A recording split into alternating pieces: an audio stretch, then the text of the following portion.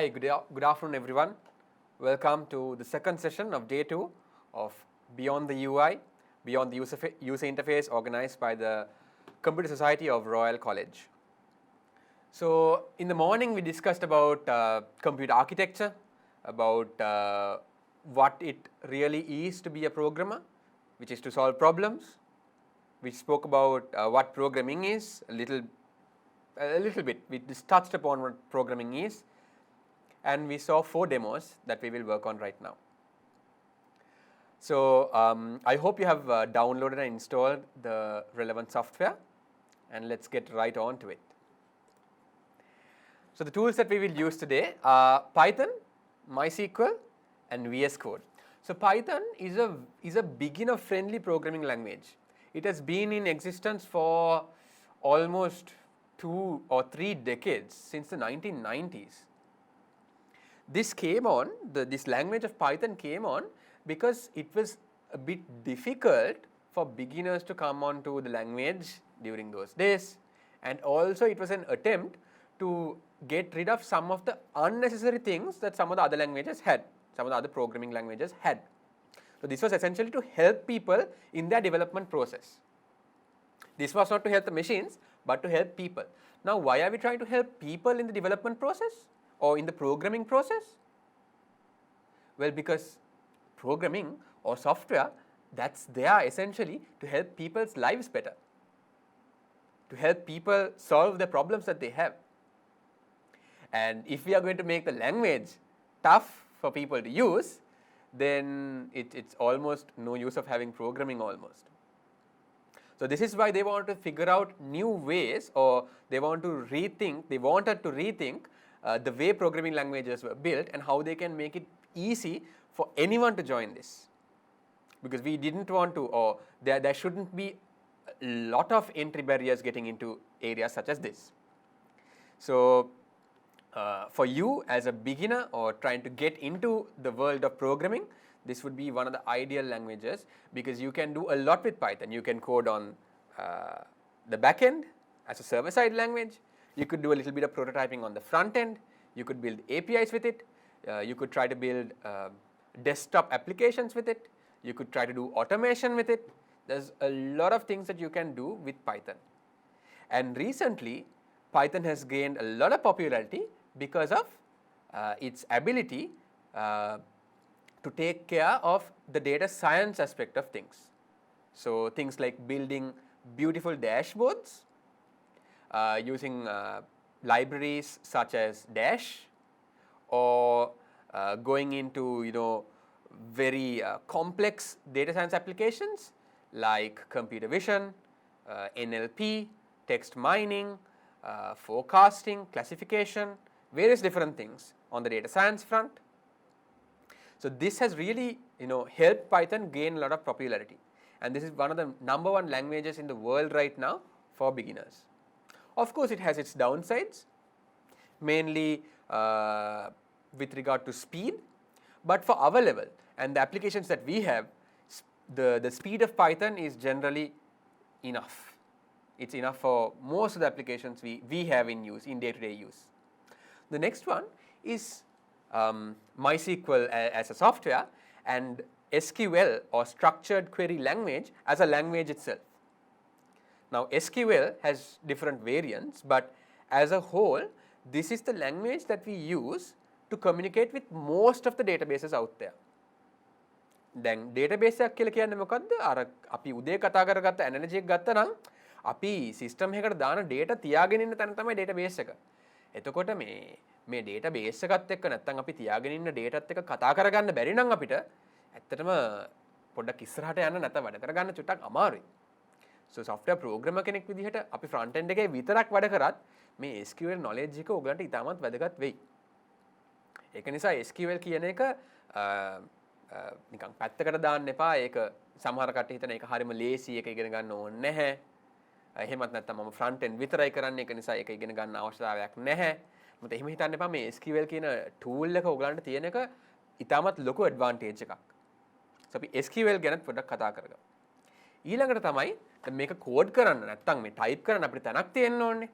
ඉස්සර අපි පාවිච්චි කරා notepad, notepad++, ඒ වගේ එක ටෙක්ස්ට් ටූල්ස් පාවිච්චි කරා. දැනට මම පාවිච්චි කරන සහ ලේසි ටූල් එකක් තමයි මේ VS Code කියලා කියන්නේ. මේක නෙමෙයි තියෙන it's not the only tool. මේක නෙමෙයි තියෙන එකම tool එක.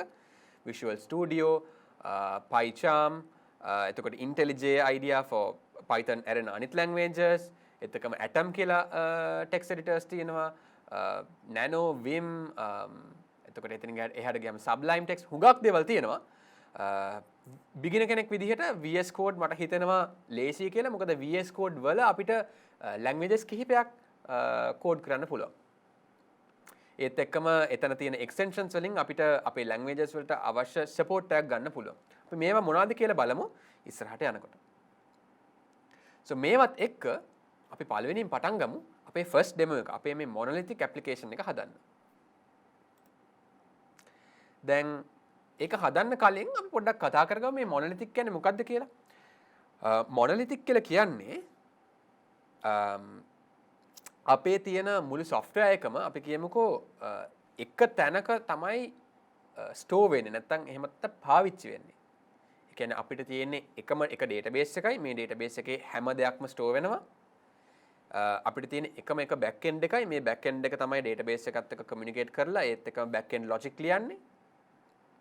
ඒත් එක්කම අපිට front end එකක් තියෙනවා. front end එක back end එකත් එක්ක communicate කරනවා. right? මෙන්න මේ picture එකේ මේ diagram එකේ තියෙන විදිහටම අපිට මේ වගේ එක version එකක් තමයි තියෙන්නේ. මම කලින් කතා කරගත්තා වගේ මේක තමයි අපි ගතතින් ටික කාලයක් තිස්සේ use වෙන architecture එකක්. අදටත් තාම use වෙනවා. scenario එක අනුව ඒකේ වැදගත්කම ඒකේ pros and cons තියෙනවා scenario එක අනුව. so මේක තමයි අපිට development පැත්තෙන් යන්න ලේසි මේක. ඒ නිසා අපි මේ monolithic app එකෙන් පටන් ගමු. අපි මේකේ tools විදිහට පාවිච්චි කරන්න යන්නේ අපේ database එකට අපි පාවිච්චි කරන්න යනවා MySQL කියලා database එකක්. මේක beginners ලට again ලේසි පාවිච්චි කරන්න. ඒගොල්ලන්ගේ තියෙනවා community edition කියලා එකක්. ඒ කියන්නේ ඒක අපිට පාවිච්චි කරන්න free of charge පාවිච්චි කරන්න පුළුවන්. MySQL වලට අමතරව database විදිහට ගත්තොතින් අපිට තියෙනවා අපි කිව්වොතින් mssql ඒ කියන්නේ Microsoft SQL. එහෙමත් නැත්නම් අපි ගත්තොතින් Oracle. එහෙමත් නැත්නම් අපි ගත්තොතින් MongoDB, Mongo database. අපි ගත්තොතින් PostgreSQL. එතකොට MariaDB, CouchDB ඒ වගේ databases හුඟක් තියෙන අපිට පාවිච්චි කරන්න පුළුවන්. මේවල එක එක types තියෙනවා. beginnersලා විදිහට MySQL අපිට use කරන්න තරමක් ලේසි language එකක්. MySQL එහෙමත් නැත්නම් PostgreSQL කියලා තවත් database එකක් තියෙනවා. මේ දෙකම ඔයගලන්ට පාවිච්චි කරන්න ලේසි. so අපි MySQL කියන database එක පාවිච්චි කරනවා අපේ school information system එකේ data ටික store කරගන්න. අපි backend එක විදිහට පාවිච්චි කරන්නේ මෙච්චරක් වෙලා අපි කතා කරගත්ත Python. Pythonට පුළුවන් මේ MySQL database එකත් එක්ක කතා කරන්න. එයත් එක්ක කතා කරලා එයාට informations දාන්න, එහෙමත් නැත්නම් save කරන්න, ඒත් එක්කම එයාගේ information ගන්න, retrieve කරන්න පුළුවන්. අපේ front end එක විදිහට අපි පාවිච්චි කරනවා Python වලම module එකක් නැත්නම් framework එකක් කියන්න පුළුවන් Streamlit කියලා. Streamlit කියන්නේ දැනට අවුරුදු කිහිපයකට කලින් ඒ කියන්නේ අවුරුදු 3-4කට විතර කලින් ආපු Python package එකක්. ඒකෙන් අපිට පුළුවන් ලේසියෙන් front ends develop කරන්න. අර මම කලින් කතා කරගත්ත HTML CSS උදේ මම ඔයගලන්ට කියපු ලේසි languages HTML CSS කියන දේවල් නැතුව අපිට front end එකක් develop කරන්න පුළුවන් Python වලින්. මේ Streamlit කියන package එක පාවිච්චි කරලා. of course අපි මේකට කියනවා මේක prototyping package එකක් කියලා. ඒ කියන්නේ මේ ලොකු systems හදන්නම නෙමෙයි පොඩ්ඩක් prototyping stage එකට එහෙමත් නැත්නම් නිකන් try කරලා බලන්න test out කරලා බලන්න වගේ මේ package එක ideal. ඉතින් දැන් අපි තාම beginners ටනේ අපි පටන් ගන්නවා විතරයිනේ. ඉතින් මේ අපේ level එකට Streamlit කියන එක හොඳටම ඇති. අපි කරන්න යන්නේ MySQL database එකට Python වලින් කතා කරගන්න. and මේ කතා කරගන්න දේවල් අපි Streamlit වලින් ලස්සනට පෙන්නනවා. world එකට පෙන්නනවා. so අපි ඒකත් එක්ක අපි බලමු කොහොමද අපි මේක දැන් කරන්න යන්නේ කියලා. so අපි පළවෙනියෙන් පටන් ගන්නේ අපේ MySQL එකත් එක්ක. ඔයගොල්ලන් MySQL download කරා නම් අපේ මේ Windows search bar එකේ මම හිතනවා හුඟක් කට්ටියට Windows use කරනවා ඇති කියලා. Windows search bar එකේ අපිට MySQL කියන එක type කරා නම් මෙතන එනවා මේ MySQL workbench කියලා එකක්. මේ MySQL workbench එකෙන් අපිට පුළුවන් එක එක දේවල් කරන්න MySQL database එකට සම්බන්ධව. අපි පළවෙනියෙන් මේක open කරලා බලමු. මේක open කරාම මට මේ වගේ window එකක් එනවා. මට මෙතන පළවෙනිම දේ තමයි අපි pick කරන්න ඕනේ අපේ connection එක කියලා එකක්. දැන් අපි workbench එක කියලා කියන්නේ අපි මෙහෙම විදිහට හිතමු. අපේ MySQL workbench එක පාවිච්චි කරලා අපිට පුළුවන් අපේ laptop එකේ තියෙන MySQL database එකකට කතා කරන්න. නැත්තම් අපිට මේ workbench එකම පාවිච්චි කරලා අපිට පුළුවන් අපේ අපි ගමුකෝ අපේ school network එකක ඉන්නේ කියලා. මේ network එකේ ඉන්න වෙනත් MySQL database එකක් එක්ක කතා කරන්නත් පුළුවන්. එහෙමත් නැත්තම් ඉන්ටර්නෙට් එක හරහා වෙනත් කොහේ හරි තැනක එක්ක cloud එකේ නැත්තම් අපි ඉස්කෝලේ නැත්තම් මගේ යාළුවෙකුගේ ගෙදර මේවා ටික cloud එකට access තියෙනකන් මගේ MySQL workbench එකෙන් මට පුළුවන් ඉන්ටර්නෙට් එක හරහා ඒවා ටික access කරන්නත්. so මේ workbench එක කියලා කියන්නේ අපි ගත්තොත් නිකන් window එකක් වගේ. මේ window එකෙන් අපිට පුළුවන් අපිට කැමති MySQL databases එක කතා කරන්න. so අපි ඒ window එකට අපි කියනවා connection එකක් කියලා. so මට එක connection එකක් හදාගන්න පුළුවන් මගේ laptop එකත් එක්ක මගේ local laptop එකත් එක්ක මට තවත් window එකක් නැත්නම් connection එකක් හදාගන්න පුළුවන් මගේ යාළුවෙක්ගේ නැත්නම් cloud එකේ තියෙන තවත් MySQL database එකක් එක්ක. ඕගලන්ට මෙතන පේනවා නම් මේ keycloak කියලා මගේ database එකක් තියෙන්නේ. මේක ඇත්තටම cloud එකේ තියෙන database එකක්. ඒත් එක්කම මට පුළුවන් මේකෙන් මොන හරි යම්කිසි private network එකක් නැත්නම් අපි ගත්තොත් අපි ඉස්කෝලේ ඇතුලේ තියෙන database එකකට කතා කරන්නත් පුළුවන්. so මම දැනට මේ RCC demo කියලා connection එකක් හදාගෙන තියෙන්නේ. අපි බලමු අපි අලුත් connection එකක් හදාගන්නේ කොහොමද කියලා. අලුත් connection එකක් නැත්නම් අලුත් window එකක් අලුත් MySQL database එකට කතා කරන window එකක් හදාගන්න අපිට පුළුවන් මෙන්න මේ MySQL connections කියන තැනෙන් මේ plus button එක ඔබන්න. මේ plus button එක එබුවම we get a window, right? We get a window. The first thing we have to do is we have to give that connection a name. What is the name I'm going to give this connection, right? අපි මේකට මං කියමු test කියලා අපි නමක් දෙනවා. අපි මෙතන දාන්න ඕනේ මේ host and port කියලා දේවල් දෙකක්. host name and port. host name කියලා කියන්නේ මේ MySQL කියන database එකේ ඉන්න තැන එයාගේ address එක. right? අපි පළවෙනින් දැනගන්න ඕනේ මේ MySQL කියන එකේ නා කොහෙද ඉන්නේ කියලා. මේ database එක කොහෙද ඉන්නේ කියලා. මෙයාගේ address එක තමයි මේ host name කියලා කියන්නේ. එතකොට මෙයා මගේ laptop එකේ නම් ඉන්නේ. ඒ කියන්නේ මගේ MySQL workbench එකත් වැඩ කරන්නේ මගේ laptop එකේ. මගේ MySQL database එකක් තියෙන්නේ මගේ laptop එකේ. කියන්නේ මම laptop එකේ විතරයි වැඩ කරන්නේ. එහෙමනම් අපිට මෙන්න මේ තියෙන address එක එහෙම්ම පාවිච්චි කරන්න පුළුවන්. මේ තියෙන host name එක එහෙම්ම පාවිච්චි කරන්න පුළුවන්. එහෙමත් නැත්නම් මම වෙන තැනක වෙන cloud network එකක නැත්නම් වෙන තැනක තියෙන එකක් use කරනවා නම් මම ඒකට වෙනම host name එකක් නැත්නම් වෙනම address එකක් දෙන්න ඕනේ. අපි ඒවට යනකොට අපි බලමු කොහොමද මේ address එක හොයාගන්නේ කියලා. right? දැනට අපි අපේ local host එක නැත්නම් අපේ laptop එකේ තියෙන MySQL එකට විතරක් කතා කරමු. host name එක so MySQL මේ කියන්නේ workbench එකේ මෙහෙම දීලා තියෙනවා. අපි ඒක එහෙම තියමු. port කියලා එකක් තියෙනවා. ඒකත් එයා දීලා තියෙනවා 3306 කියලා. ඒක වෙනස් කරන්න ඕනේ නැහැ. ඒකත් අපි එහෙම තියමු. ඊට පස්සේ අපි මෙතන user කෙනෙක්ව හදන්න ඕනේ. user name එකක් හදන්න ඕනේ. හිතන්න ඔයගලගේ computer එකට අර පළවෙනිම පාර log වෙනකොට එයා කියන්නේ මේ computer එකට user name and password එකක් දෙන්න. කවුද මේ log වෙන්නේ කියලා. ඒ වගේ MySQL වලට කතා කරනත් අපි user name and password එකක් දෙන්න ඕනේ. ඒක නිසා අපි කියමු root තමයි මෙයාගේ user name එක. root කියන්නේ නිකන් convention එකක්. අපි ඒක root විදිහට තියමු. default schema කියලා එකක් අහලා තියෙනවා. අපි ඒක දැනට මොනවද තියන්නේ නැතුව යමු.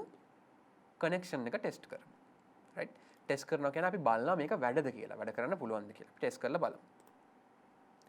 test කරනකොට එයා කියනවා right user name දීලා තියෙන්නේ password එක මොකද්ද? මම දැන් password එක දෙන්න.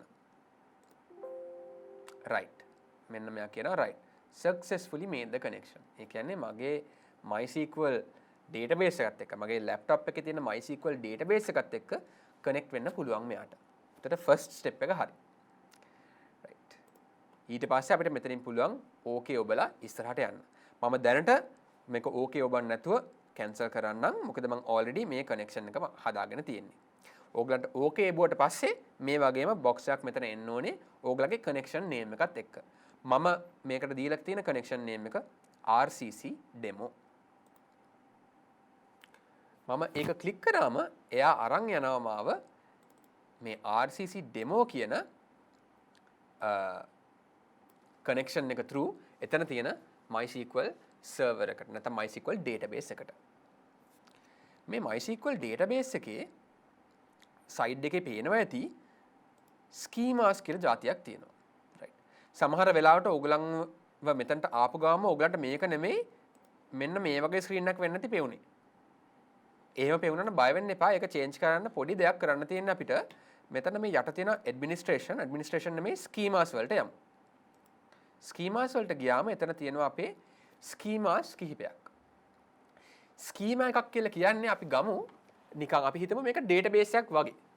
එක ස්කීමා එකක් කියන්නේ ඒක ඩේටාබේස් එකක් කියලා අපිට හිතන්න පුළුවන්. සෝ එතන මෙතන අපේ තියෙන ඩේටාබේසස් 4ක්. රයිට්. world කියලා එකක් තියෙනවා, sys කියලා එකක් තියෙනවා, sakila කියලා එකක් තියෙනවා. මේ sys කියන ඩේටාබේස් එක MySQL එකේ ස්පෙෂල් ඩේටාබේස් එකක්. ඒක අල්ලන්න කරන්න යන්න එපා. sakila and world කියලා කියන්නේ MySQL එකේම අපිට නිකන් ඩිෆෝල්ට් තියලා තියෙන ඩේටාබේසස් වගේක් අපිට නිකන් ටෙස්ට් කරන්න. ඒවත් එක්ක වැඩ කරන්න කැමති නම්. ඒත් එක්කම අලුතෙන් මම ඩේටාබේස් එකක් හදලා තියෙනවා ස්ටුඩන්ට්ස් කියලා. සෝ අපි බලමු මෙතන අපි කොහොමද අපේම ඩේටාබේස් එකක් නැත්නම් අපේම ස්කීමා එකක් ක්‍රියේට් කරන්න කියලා. මේ නම් මම පාවිච්චි කරනවා ස්කීමා ඩේටාබේසස් ඉන්ටර්චේන්ජබලි. ඒක ප්‍රශ්නයක් නැහැ. ඔයගලගේ බිගිනර් ලෙවල් එකේදී ඒක ප්‍රශ්නයක් නැහැ. අපි එහෙම යන් ස්කීමා සහ ඩේටාබේස් කියන එක සමානයි කියලා අපිට ඉස්සරහට යන්න පුළුවන්. So දැන් මෙතනදී පළවෙනි දේ තමයි අලුත් ස්කීමා එකක් හදන්න ඕනේ. නැත්නම් අලුත් ඩේටාබේස් එකක් හදන්න ඕනේ. දැන් මම කලින් කතා කරාගත්තනේ මේ SQL කියලා ලැන්ග්වේජ් එකක්. මෙන්න මේ ස්ක්‍රීන් එක මේ query කියලා තියෙන තැන තියෙන්නේ ඔය SQL කියලා ලැන්ග්වේජ් එක ටයිප් කරන්න තමයි. So අපි බලමු අපේ පොඩි query එකක් කියලා අපි ඒකට කියනවා. පොඩි command එකක් ටයිප් කරලා බලමු. So මම දෙනවා මෙතන show databases. show databases. දැන් මේක කියවපු ගමන් ඔයගලන්ට තේරෙන්නේ නැති මොකද්ද මෙතන වෙන්න යන්නේ කියලා. අපේ තියෙන databases ටික යා පෙන්වන්න යන්නේ. right. මේක run කරලා බලමු. run කරන්න එක්ක control ඔබාගෙන ඔයාට enter ඔබන්න පුළුවන්. නැත්නම් මෙතන තියෙනවා නිකන් lightning වගේ mark එකක්. ඔයාට ඒ lightning වගේ mark එක run කරන්න පුළුවන්. දැන් මම මේ lightning button එක click කරාම මට මෙයා පෙන්නනවා system එකේ තියෙන databases ටික. නැත්නම් මේ MySQL connection එකේ තියෙන databases ටික. so මෙතන තියෙනවා information schema, MySQL performance, sys students එක දේවල් වගේක් තියෙනවා. right.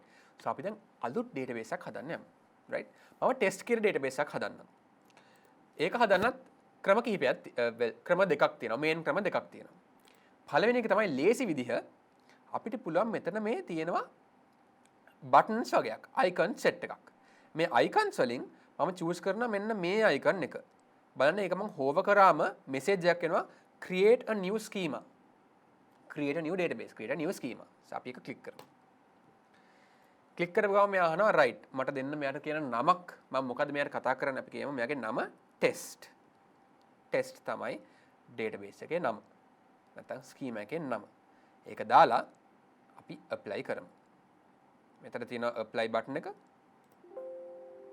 apply කරපු ගමන් මෙයා කියනවා right ප්‍රශ්නයක් දෙනවා යා. මොකද්ද ප්‍රශ්නේ? This server is configured with lowercase table names which only allows lowercase. ඒ කියන්නේ capital letters වලින් database එකක් හදන්න බෑ. simple letters විතරයි දාන්න පුළුවන්. right. අපි යට කියමු okay. එයාම ඒක simple වලට හරවගෙන තියෙනවා. දැන් ඔයා බැලුවා නම් මෙතන තියෙන්නේ අපි දැන් button එකක් ඔබලා MySQL ට කිව්වා මට test කියලා database එකක් ඕනේ කියලා. එයා කරන්නේත් ඒක ඒ වෙලාවෙම එහෙම run කරන්නේ නැහැ. එයා ඒකෙන් SQL command එකක් හදනවා. එන්නේ command එක අපිට පෙන්නනවා. මොකද්ද command එක අලුත් schema එකක් නැත්නම් database එකක් create කරන්න? හරිම ලේසි. create schema schema එකේ නම. create schema schema එකේ නම. මෙන්න මෙතන තියෙනවා command එක. මේක මම apply කරොතින් right එයා ඒක execute කරා නැත්නම් ඒක run කරා අපි දැන් finish කරමු දැන් අපි බැලුවොතින් මේ මගේ left hand side එකේ test කියලා අලුත් database එකක් තියෙනවා ඒත් එක්ක මතකද අපේ කලින් command එක show databases දැන් මෙතන බලන්න හොඳට මෙතන තියෙන්නේ databases 7යිනේ මේක run කරලා බලමු right ඔන්න දැන් 8 වෙනියා අපේ test කියන database එක ආවා so database එකක් හදන්න නැත්නම් schema එකක් හදන්න very simple command create new නැත්නම් create schema එකේ නම right දැන් මේ schema එක හැදුවට පස්සේ අපි ඒක ඇතුලේ හදන්න ඕනේ tables කියලා જાතියක් information store කරන්න tables කියලා જાතියක් right හිතන්න අපේ අර again අපි යනවා අපේ school management system එකට මම අර කතා කරන්නේ file එකක් ගිහලා cupboard එකේ දානවා කියලා හිතන්න මේ cupboards තියෙන කාමරේ තමයි අපේ database එක cupboards එක ඔක්කොම තියෙන storage vault එක ඒක තමයි අපේ database එක මේ storage vault එකේ තියෙන එක cupboard එකක් table එකක් විදිහට ගන්න පුළුවන් ඒ cupboard එක ඇතුලේ තියෙන්නේ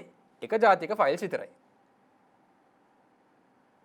right so එහෙම අපිට හිතන්න පුළුවන් මේ database නැත්නම් schema table and table එක ඇතුලේ තියෙන rows නැත්නම් record අපි බලමු මේ මොනවද තියෙන්නේ කියලා so table එකක් හදන්නත් දැන් අපි යන්නේ මම මේ මෙතන තියෙන test කියන එක මේ drop down එකේ බුවම මෙතන tables views කියලා එක දේවල් ಜಾති වගේක් එනවා අපි මේ table එකට ගිහිල්ලා right click කරාට පස්සේ මේ වගේ පොඩි pop up එකක් එනවා මට පුළුවන් create table කරන්න එහෙමත් නැත්නම් මට පුළුවන් මෙන්න මේ අර කලින් අපි ක්ලික් කරපු icon එක තියෙන create a schema ඒකට හරියටම එහා පැත්තේ තියෙන icon එක බලන්න මම hover කරලා තියෙන්නේ create a new table in the active schema create a new table in the active schema so ඒක ඔබන්නත් පුළුවන් අපි දැනට ඒක ඔබන්න නැතුව මෙන්න මේ test කියන එකේ tables කියන එක right click කරලා create table කරමු table එක create කරනකොට එයා අහනවා right දැන් මේ table එකේ නම මොකද්ද අපි table එකේ නමට දෙමු students කියලා caps lock නැතුව මම lower case වලින් විතරක් දාන්නම් students දැන් හරි අපේ test කියන database එක තියෙනවා ඒක ඇතුලේ students කියලා table එකක් හදන්න යන්නේ එතකොට අපි යට කියන්න ඕනේ මේ ස්ටුඩන්ට් කී ඇතුලේ මොන වගේ දේවල්ද අපි ස්ටෝර් කරන්නේ මොන වගේ ඉන්ෆර්මේෂන් අපි තියාගන්නේ ඒවට අපි කියනවා columns කියලා. ඉතින් අපි columns වගේක් දෙමු. මෙතන තියෙනවා student ID එක අපි ඒකට මේ PK කියන නැත්නම් primary key කියන එක ටික් කරමු. අපි පස්සේ බලමු ඇයි එක ටික් කරන්න කියලා. අපි මේකට double click කරලා දෙමු මෙතන student name අලුත් එකට ගිහිල්ලා student age ඊළඟට ගිහිල්ලා student city කියලා ඔන්න columns තුනක් හැදුවා.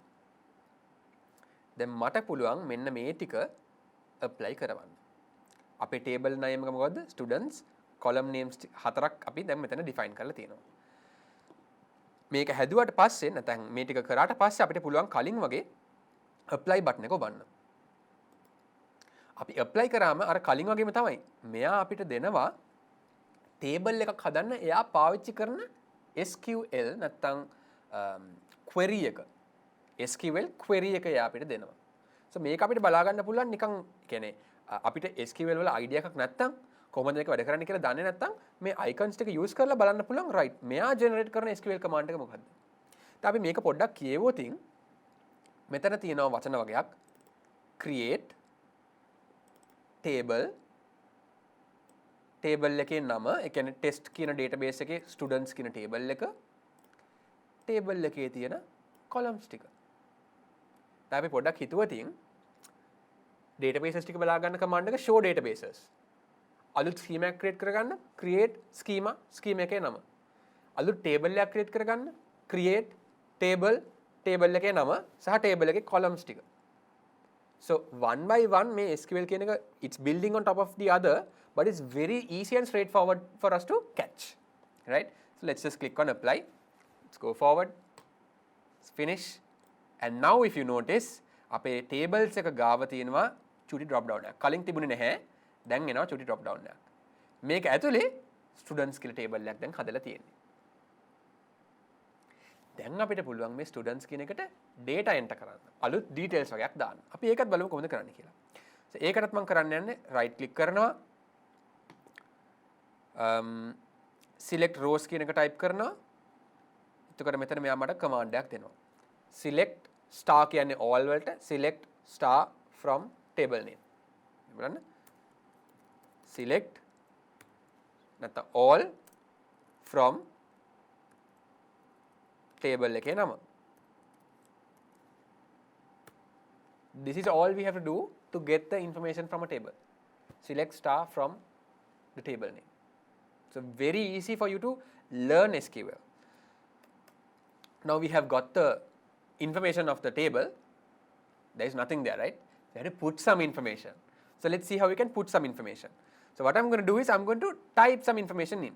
Let me say my student name is Shayen.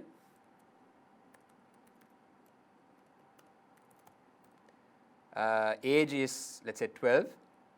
City is, let's say, Colombo. Right. Now the catch is, just because we do this, it doesn't get saved. We have to click on the apply button. Remember, when we created a schema, we clicked on the apply button. When we created a table, we clicked on the apply button. Same here, we have to click on the apply button. Let's click on the apply button, and that's going to give another SQL command, another SQL query that says insert into the table name. It has some column names and some values. Now this is very important. Insert into table name. What are the column names? These values, some values. Let's see why this is important. And I'm going to click on apply. When I click on apply, this is giving me a problem. Okay, ID students doesn't have a default value. There's a problem over there. So he's saying we can't just put it. Let me just say 1 because I didn't give anything value to ID 1. Let me put it as 1 and click on apply. Now the same thing is happening, right? This time it got executed. So I can't, the way that this has been configured, I have to give a value to the ID column as well, this particular column, number 1, we gave it, and that's done. This got executed.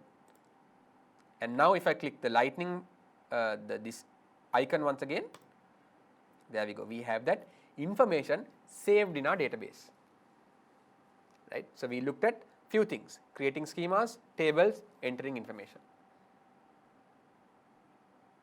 Now how do we get this? We can write a SQL command like this. We can just write, click on this button over here. That's going to give us the entire thing. We can right click and say select these rows, or we can click on various different icons to get what we want, which is to view the information that we have. So we looked at how we can add information just by typing something, and there was a query. We looked at getting the information. There is a query over here as well that I see. So we can use these things to talk and play with our database. So in a similar fashion, I've already created this database over here. The name of the database is students. Database එකේ නම නැත්නම් schema එකේ නම students. ඒ schema එකේ tables තුනක් අපි හදලා තියෙනවා. subjects කියලා table එකක් තියෙනවා. students කියලා table එකක් තියෙනවා. marks කියලා table එකක් තියෙනවා. මේ table එකක් කියලා කියන්නේ එක ජාතියේ information නැත්නම් එක ජාතියේ records අපි තියාගෙන ඉන්න තැනක්. එක ජාතියේ records තියෙනවා නම් තියාගෙන ඉන්න තැනක් තමයි table එකක් කියලා කියන්නේ. So අපි දැන්ට බලමු මේ ටික close කරලා අපි බලමු අපේ marks, students, subjects කියන දේවල් පේන්නේ කොහොමද කියලා. So මම අර මේ කොනේ තියෙන මේ icon එක click කරාම මෙයා අපිට ගෙනල්ලා දෙනවා ඒ database එකේ තියෙන information ටික නැත්නම් store වෙලා තියෙන details ටික. So අපේ students කියන table එකේ අපිට තියෙනවලු students ලා 6 දෙනෙක් ඉන්නවලු. මෙන්න මේ students ලා 6 දෙනා. subjects වලත් ඒ වගේම information වගේක් store වෙලා තියෙනවා. marks වලත් ඒ වගේම information වගේක් store වෙලා තියෙනවා. So අපේ first step එක අර monolithic application එක ගත්තා නම් first step එක මොකද්ද? අපේ database එක. database portion එක අපිට කියන්න පුළුවන් දැන් okay කියලා. MySQL පාවිච්චි කරා students කියලා scheme එකක් හැදුවා. ඒක ඇතුලේ tables තුනක් හදලා තියෙනවා. මේ tables තුනට information වගේකුත් දාලා තියෙනවා. So one portion done. Going back to this, one portion, which is the database portion, is done.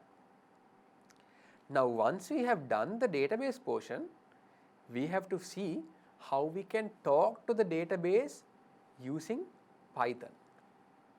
How can we talk to the database using Python? And that's what we are going to do next. So to do that,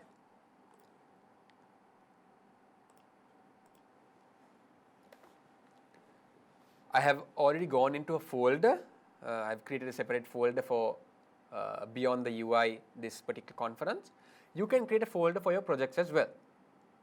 It can be anything. You can create a folder for your projects, and it's going to help you going forward in developing these projects in Python.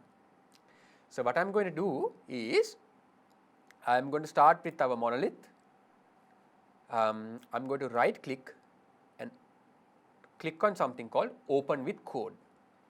So hariyata nathang, if you have installed vscode properly, you should get this option of open with code. If not, that's still fine. මේ option එක ඔයගලන්ට පේන්නේ නැත්තම් ඒත් ප්‍රශ්නයක් නැහැ. අපිට search bar එකෙන් vscode කියන එක open කරගන්න පුළුවන්. vsc ගහුව ගමන් මේ Visual Studio Code කියලා application එක එනවා. So for now මම මේ විදිහට යන්නම්. So ඔයගලන් කවුරු හරි ඉන්නවා නම් හරියටම open with code option එක නැති ඒගලන්ට follow කරන්නත් පුළුවන්. So අපි මේ open Visual Studio Code වලට යමු. මේකට ගියාම මේ වගේ screen එකක් තමයි open වෙන්නේ. Visual Studio Code, just a black screen. It's a text editor, just a black screen for now. මෙතන අපි කරන්න ඕනේ firstම දේ තමයි අපි මේ Visual Studio එකට කියන්න ඕනේ මේ VS Code එකට කියන්න ඕනේ අපි වැඩ කරන්නේ මෙන්න මේ particular folder එකත් එක්ක. මෙන්න මේ particular දෙයත් එක්ක තමයි අපි වැඩ කරන්නේ කියලා. So අපි යන් file over here, open folder, right? Open folder. So it's easy. We are working with one particular folder, and අපි select කරගන්න ඕනේ අපේ folder එකේ path එක. මම දැනට මේක copy කරගන්නම් මේ පැත්තේ ඉඳලා. So අපි මේ demo monolith කියන folder එක අපි select කරගමු. Demo monolith කියන folder එක. එහෙමත් නැත්නම් just for the sake of demoing, I'll create a new folder and call it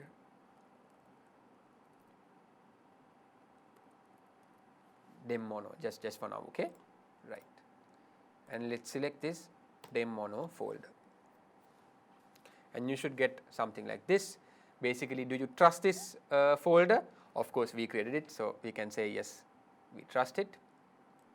And that's it. So I have now VS Code is connected to a folder.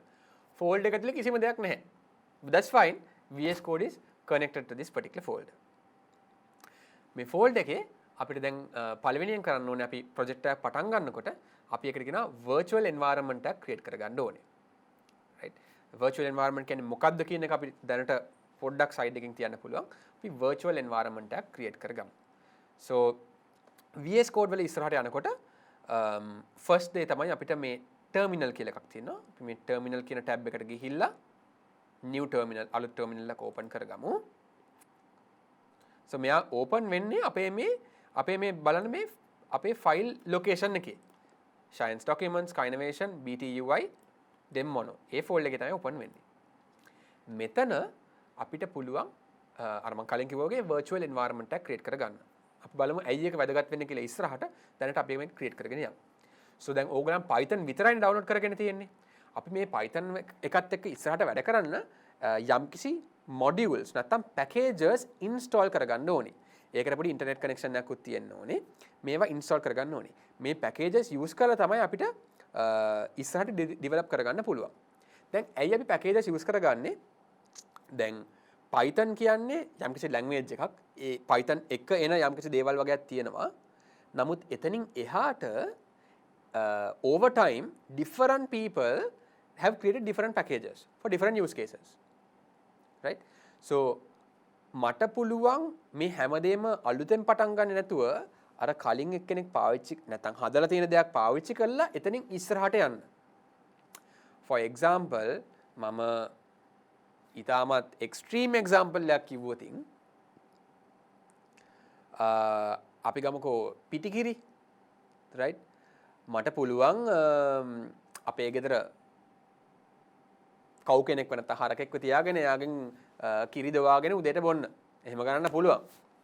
එහෙමත් නැත්තම් මට පුළුවන් ඒ වගේ හරක් හුඟක් තියෙන කැටල් ෆාම් එකකින් එතනින් ඉස්සරහට ප්‍රොසෙස් කරපු මිල්ක් තියෙනවනේ. කඩේට ගිහිල්ලා වගේ මිල්ක් පැකට් එකක් අරගෙන බොන්නත් පුළුවන්. right දැන් අපි Python වලින් මේ ඔක්කොම දේවල් කරන්න ගියොතින් අර නිකන් අපි අපේ ගෙදර කව් කෙනෙක්ව තියාගෙන ඒ හරකට කන්න දීලා එයාගෙන් කිරි ගන්නවා වගේ තමයි Python වලින් ඔක්කොම ටික කරන්න ගියොතින්. හුඟක් වැඩක් තියෙන අපිට කරන්න. නමුත් දැන් කවුරු එක්කෙනෙක් අපිට ඉස්සරහෙන් ගිහිල්ලා මේ වැඩේ අපිට සරල කරලා දීලා තියෙනවානේ. ඉතින් අපිට පුළුවන් ඒ සරල කරපු තැනෙන් පටන් අරගෙන එතනින් ඉස්සරහට අපේ වැඩේ කරගෙන යන්න. ඒවට තමයි මේ packages and modules කියලා කියන්නේ. virtual env කියන්නේ ඒ වගේ one such ඒ වගේ එක package එකක්. ඒ වගේ තවත් ඉස්සරහට අපි packages ගැන කතා කරමු අපි මේක පාවිච්චි කරගෙන යනකොට. so virtual environment එක download කරගන්න තියෙන්නේ හරිම simple command එකක්. අපිට පුළුවන් pip කියන්නේ තවත් package එකක් pip install virtual env right pip install virtual env basically programming කියන්නේ මොකද්ද අපි කම්පියුටර් එකට කතා කරනවා අපි කියනවා Mr Pip මට virtual environment කියන module එක නැත්නම් package එක install කරලා දෙන්න. අපි අර කතා කරලා ඒක තමයි කියන්නේ. right enter බන්න තියෙන්නේ. එයා කියනවා error එකක් තියෙනවා yes spellings වැරදි virtual virtual env enter බලලා බලමු. right so මෙයා අපිට ලොකු කමාන්ඩ්ස් වගේක් දුන්නා. ඕගලන්ගේ ඕගලන් ෆස්ට් ටයිම් නම් මේ virtual environment එක download කරගන්නේ ඕගලන්ට එන output එක පොඩ්ඩක් වෙනස්. අපි මේ output එක පොඩ්ඩක් කියවලා බලුවොතින් මොකද programmersලා විදියට අපි මොකද කරන්නේ කම්පියුටර් එක්ක කතා කරනවා. අපි යාට කතා කරනකොට එයාත් අපිට කතා කරනවා. ඒතකොට අපිට පුළුවන් වෙන්න ඕනේ මම යාට coding වලින් කතා කරනවා නම් එයා එහා පැත්තට මට දෙන result එක නැත්නම් output එක කියවලා මට තේරුම් ගන්න පුළුවන් වෙන්න ඕනේ මේ කම්පියුටර් එකෙන් මට මොනවද කියන්නේ කියලා. මට කරන්න පුළුවන් එයාට කතා කරන එක විතරයි. එයා කියන දේ මට අහගන්න නැත්නම් කියවලා තේරුම් ගන්න බැරි නම් පොඩ්ඩක් අමාරුයි develop කරන්න. So just like any conversation, communication is both ways. I have to talk to the computer talks to me. Then I can talk back to the computer and the computer can talk back to me. It's a continuous cycle of us, me or the programmer talking to the computer and the computer talking to me. So what is he telling me? He is saying requirement already satisfied. You already have virtual env. Now for you, if you don't have it, this will nicely get installed. After it gets installed, just like we used pip, we are going to use virtual env.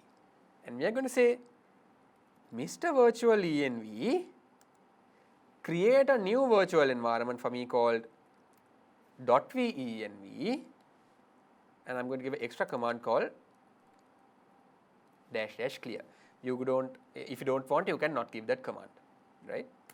We'll not go into the nitty-gritties of that command, but the main item here is we are saying Mr. Virtual Environment or Mr. Virtual env, please create a new environment for me called venv. This is the name. කැමති නමක් දෙන්න පුළුවන්. ඔයාට ඕන නම් then I'm going to create a virtual environment called Shayen. Yeah, let's actually create it called Shayen, right? This can be any name. It's up to you to give. You can come up with creative names. Now when we do this, if you noticed on this left hand side, හරිද? අපිට මේ environments නැත්නම් folders දෙකක් අලුතෙන් ආවා. අලුතෙන් folders දෙකක් ආවා.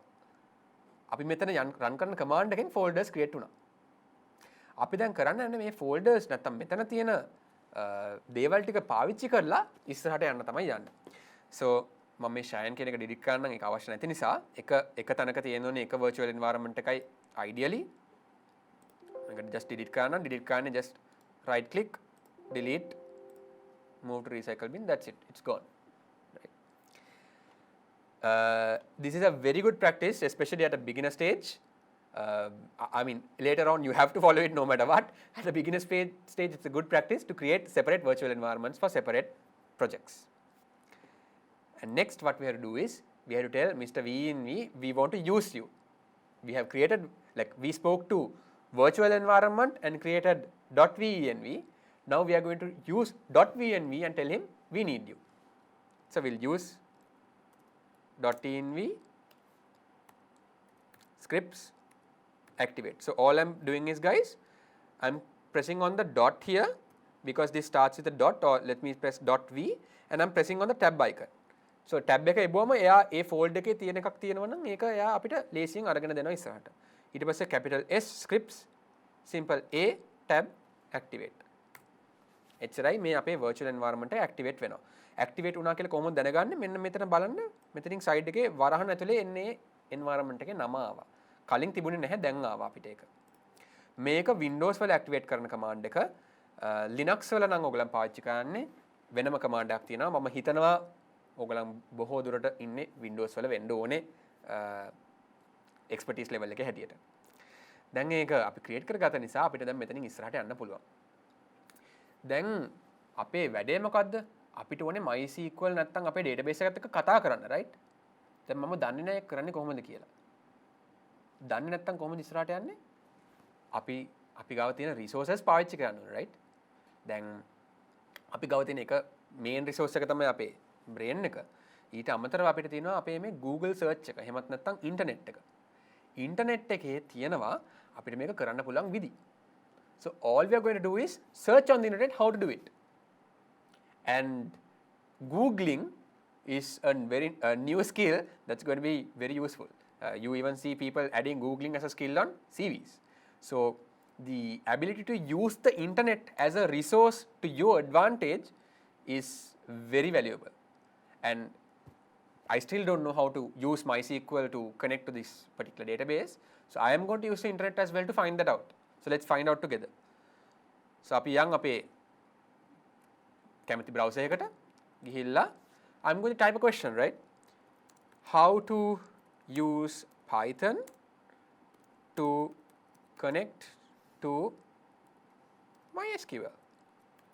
That's it, right? I don't know how to do it, so I'm going to ask the internet how to do it. And straight away උඩින්ම මට දෙනවා result එකක්. How to connect MySQL database in Python. And it's giving me a list of things to do. Let's go inside and see. So කියනවා MySQL connect කියලා එකක් කියවනලු මේ වගේ දේවල් ටිකක් ඕනෙලු. එක එක articles එහෙම දිගටම තියෙනවා මොකක්ද අපිට මෙතනින් කරන්න පුළුවන් කියලා. So අපි කරන්න යන්නේ මේක පාවිච්චි කරන එක. හරිම simple. So programming is a lot of copy pasting. But the skill is at a beginner stage, let me say. It's a lot of copy pasting. But the skill is to know what to copy from where. ඇස් දෙක වහගෙන copy කරන්න බෑ. What to copy from where. That's a very important thing.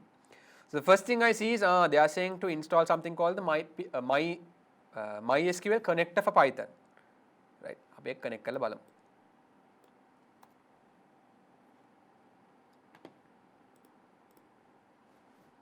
So if you all notice මොකද්ද මෙතන තියෙන command එක? අර අපි කලින් කතා කරගත්ත pip ට කතා කරලා කියනවා මේක අපිට install කරලා දෙන්න කියලා. මේක install කරමු.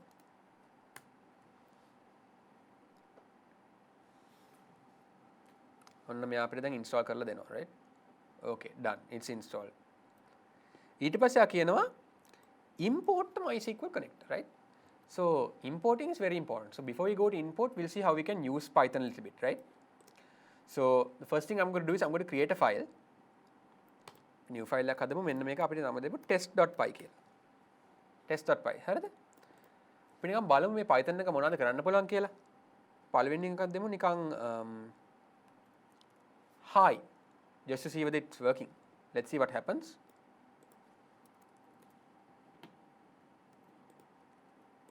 Let's save this. මෙතන මේ උඩ බටන් එකක් තියෙනවා play කරන්න. මේ play කරන බටන් එක run කරලා බලමු. Nothing happened. I'll just change it a little bit and I'll say print hi. And let's play it once again. Oh, there we go. So something got printed. So in this sense, it's very easy for us to use Python. Like let me say 1 plus 2, print 1 plus 2. There we go.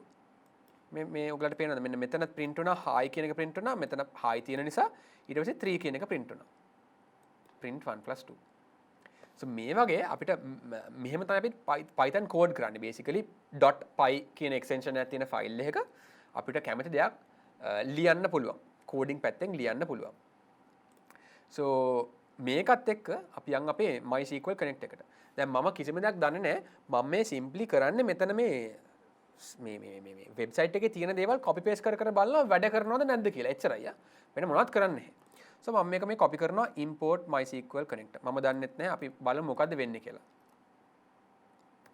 import MySQL connector කියලා එකක් තිබ්බා අපි ඒක දැන් දාලා save කරලා play කරනවා මොනවත් උන්නේ නැහැ හැබැයි error එකක් ආවේ නැහැනේ මොකනවත් උන්නේ නැහැ කියන error එකක් ආවේ නැහැනේ error එකක් ආපු නැති එක හොඳයි right අපි එතනින් ඉස්සරහට යමු connect කියලා method එකක් තියෙනවලු cursor කියලා execute එක දේවල් තියෙනවා කියලා මෙතන දාලා තියෙනවා and මෙතන ලස්සන්ට දාලා තියෙනවා අපිට පාවිච්චි කරන්න පුළුවන් code base එකක් right import MySQL connector කොහොමද අපි connect වෙන්නේ මොකද්ද අපිට කරන්න පුළුවන් වගේ දේවල් දාලා තියෙනවා so අපි කරන්න යන්නේ මෙතන මේක මම කියවලා මේකේ තියෙන දේවල් වගේ අපි copy paste කරලා දානවා අපේ පැත්තට right at the start programming is not about copy pasting but you have to know what to copy from where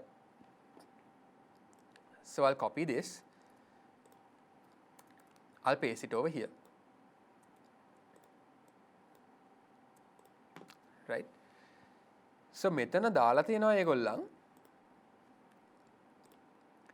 mysql.connector.connect host database user password දැන් මම මේ බලනවා මොකද්ද මේ host database user password මට මතක් වෙනවා ඕගලන්ට මතකද අපි අර connection එකක් create කරා MySQL වලට RCC demo නැත්නම් test කියලා ඔයගලට මතකද අපි එතන use කරපු values right අපි එතන host name කියලා එකක් තිබ්බ නේද host කියලා එකක් පාවිච්චි කළා අපි database එකක් හදුවා නේද අර create schema test නැත්නම් create schema students කියලා database එකක් තියෙනවා user කෙනෙක් මතකද අපි root කියලා කෙනෙක්ව දැම්මා ඒත් එකම අපේ password එක ඕගලන්ට first time නම් එනවා ඇති password එක create කරන්න so මෙතන තියෙන්නේ Python උත් පාවිච්චි කරන්න අර අපි කලින් MySQL පාවිච්චි කරපු දේවල් නැත්නම් අපි දාපු information ම තමයි අපි බලමු ඒක කොහොමද ගන්න කියලා MySQL workbench එකට ගියා මට දැන් මතක නැහැ මොකද කරන්නේ අපි home එක ඔබමු home එක click කරාම මෙන්න මේ තියෙන්නේ so මෙතන තියෙනවා RCC demo root මෙන්න මෙතන තියෙනවා host එකයි port එකයි so මම කරන්නේ මෙන්න මෙතන තියෙන number එක මේ 127.0.0.1 කියන number එක copy කරලා අර පැත්තේ දානවා so අපි දාමු එක 127.0.0.1 right database කියන්නේ මොකද්ද schema එකේ නමනේ අපේ schema එකේ නම මොකද්ද test එහෙමත් නැත්නම් students ඕගලන් create කරපු නම දෙන්න පුළුවන් මම create කරලා තියෙන students නේ මම students කියන නම දෙන්න මෙන්න මේ තියෙන students user ආපහු යන් home එකට මේ තියෙන්නේ මෙන්න මෙතන තියෙනවා user කෙනෙක් root කියලා root තමයි user ගේ නම first time ඔයගලන් create කරනකොට ඔයගලන්ට එන්නේ නැති user and password දෙකම දාන්න මම create කරලා තියෙන නිසා password එක දාන්න ආවේ නැහැ so අපි දෙමු root මගේ password එක මම දාලා තියෙන්නේ admin කියලා right standard ඒවා දැන් මේකත් මම save කරන්න යන්නේ right so අපි පටන් ගත්තේ just one line error එකක් නැතුව run වුණා දැන් අපි next line එක දැම්මා save කරලා ඒකත් run කරලා බලමු again good news no errors is good news that means we are going in a correct path let's go back what else is there if connection is connected database info මොකද්ද මේගොල්ලන් කරලා තියෙනවා මම දන්නේ නැත්නම් අපි මේ මුළු එකම මෙහෙම copy කරලා දාමු right මෙහෙම මුළු එකම copy කරලා දාමු copy කරලා අපි බලමු මොකද්ද වැඩ කරනවද නැද්ද ප්‍රශ්නයක් තියෙනවද නැද්ද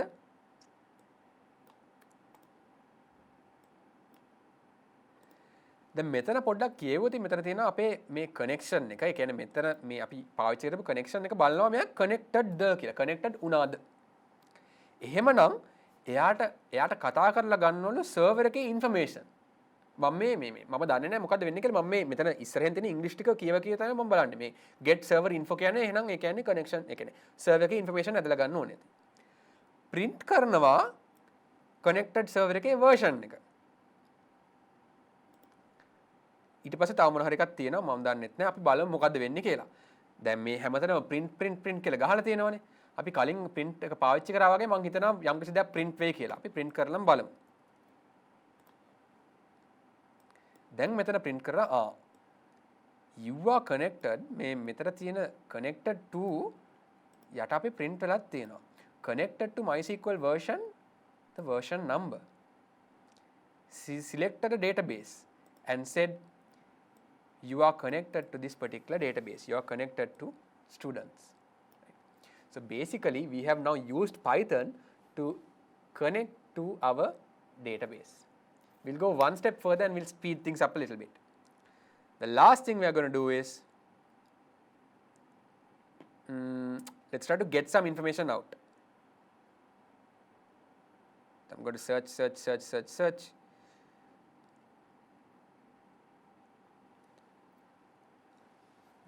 හොයාගන්න බෑ වගේ. Let's instead of select database, let's do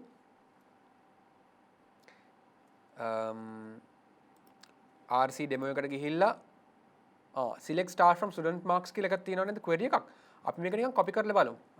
I'm just going to copy this and see what's going to happen. Why I'm going to copy this? Because this also had some select star something, select database. Just paste it there. We're not going to change anything.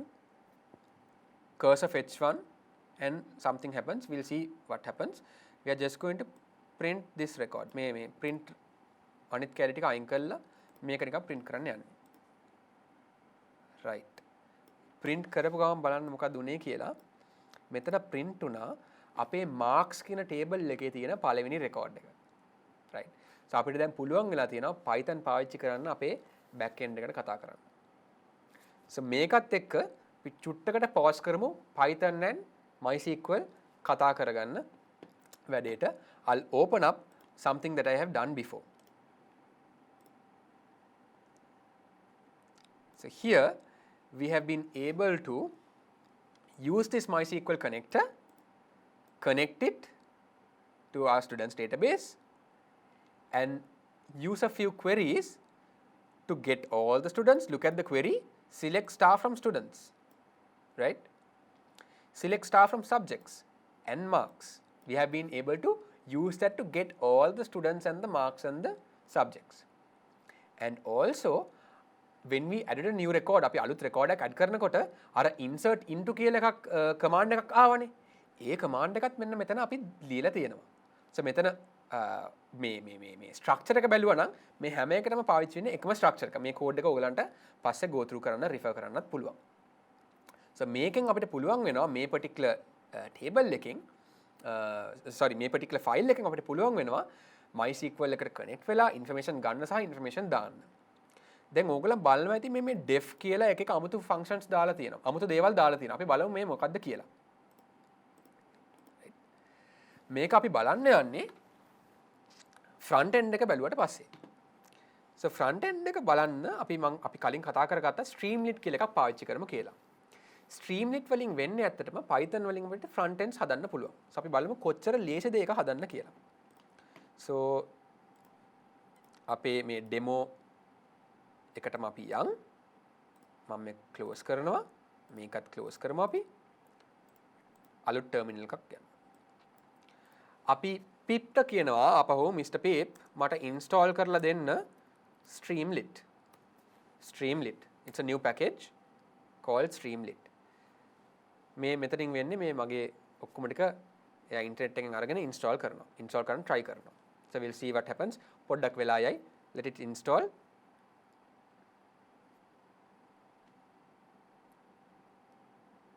So all of this is getting installed by Streamlit. It's quite fast, small packages. Let's just give a few minutes until it gets installed. Now once it gets installed, to use Streamlit is very easy, right?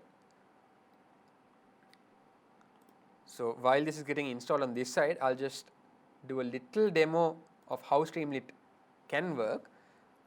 All I'm going to do is Streamlit hello. I'm just going to say hi to Streamlit.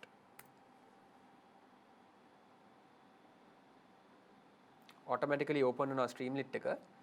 මෙන්න මේ වගේ screens අපිට හදන්න පුළුවන් Streamlit උත් එක්ක. මෙතන මේකලන් දාලා තියෙනවා animation demos. මේ Python වලින්මයි හදලා තියෙන මේ animation එක. අපිට මෙතන edit කරන්න පුළුවන් මේක කොච්චර animation එක මාරු වෙනවද කියලා. separation එක, ඒ වගේ දේවල්. right? plotting demo එකක්, ඒ කියන්නේ charts. මේ Streamlit වලින් draw වෙන chart එකක්. මේ real time database එකක් එක්ක කොහොමද මේක run වෙන්නේ කියන එක. ඒ කියන්නේ real time අපිට charts පෙන්වන්න ඕන Streamlit පාවිච්චි කරන්න පුළුවන්. mapping demo එකක් ඒගොල්ලන් දීලා තියෙනවා. අපි බලමු ඒක.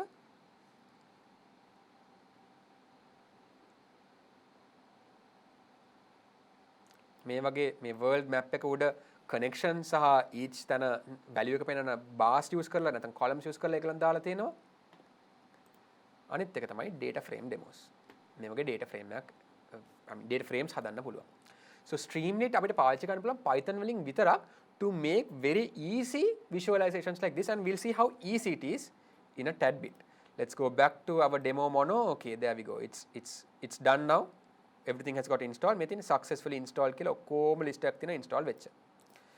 මේ පැත්තෙන් උත් අපි බලමු Streamlit hello එකක් දීලා අපේ පළවෙනි Streamlit වැඩද කියලා. Right? There we go. Streamlit වැඩ. Cool. So that is one thing working. Let's close all of these things. අපේ මේ demo එකත් මම close කරනවා.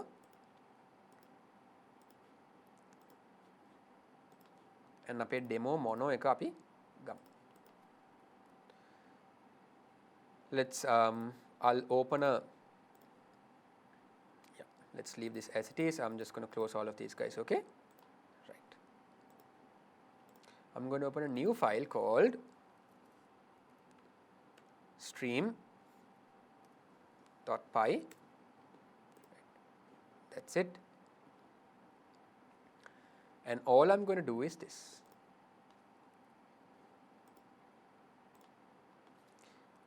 Import Streamlit as st. Let's run this. Okay, nothing happened.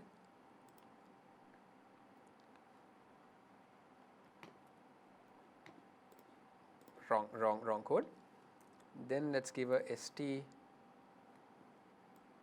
Sorry.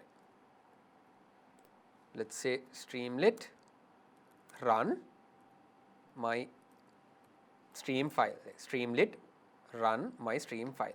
Right? I hope you can see the code. Let's give that. There we go. This opened up over here.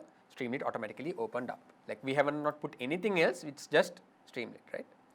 I'm just going to close it. Clear. I'm going to do the same thing. I'm going to give a new command called -- reload, and let's see why that's useful. Okay, let's just use it as it is. It's fine. Right. So to add new things on Streamlit, it's going to be very easy. Let's do something like this. st.title.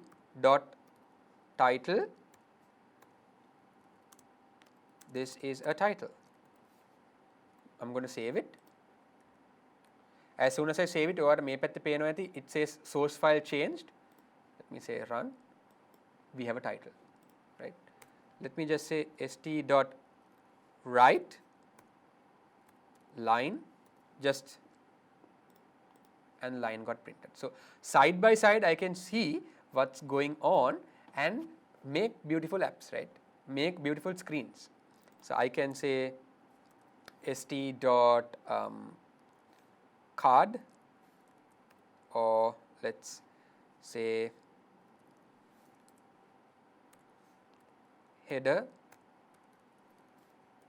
There we go. So I can watch what's happening with Streamlit and kind of build it on the other side. I can even build things like a sidebar. st.sidebar.title sidebar, and just like that we have a sidebar, right? This is without the sidebar, and I can expand the sidebar. So it's very easy like this to figure out or build apps on Streamlit. Now, I don't know all the commands of Streamlit, and I'm pretty sure you don't know as well. And that is why Streamlit has provided its documentation. So we can Google search or go onto Streamlit docs, and that should take us into something called the Streamlit documentation. මෙතන තියෙනවා API reference කියලා link එකක්. මේ API reference එකේ තියෙනවා අපිට බලා ගන්න පුළුවන් මේ පාවිච්චි කරන්න පුළුවන් විදි. So අපිට ලියන්න write කරන්න ඕන නම් st.write කියලා එකක් තියෙනවා.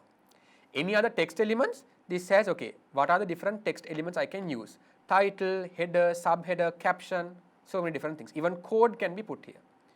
If I want to display data, what can I use? So I'm just going to click on this and it says st.dataframe, st.table, st.metric. Like for example, let's see what a st.metric looks like. I'm just going to copy this example. මේගොල්ලන් දීලා තියෙන example එක මෙහෙම copy කරලා අපේ Streamlit එකට ගිහිල්ලා මම paste කරන්න යන්නේ. Save කරනවා. Right? And I'm going to come onto my Streamlit and see, okay, there we go.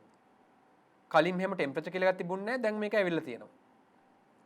So likewise, I can go on to the Streamlit documentation, copy code and come here. And it's very easy for us to see what's going on. So with this, what we have done in our demo app is we have gone a little further, right? So I'll just walk through the code to see what's happening here. On the top, we have set up something called the page configuration. This is a bit of advanced features for people who have a bit of knowledge about Streamlit. So with this configuration, we will see where it changes, right? I have given a little bit of a title, very straightforward, and we have used 3 buttons, right?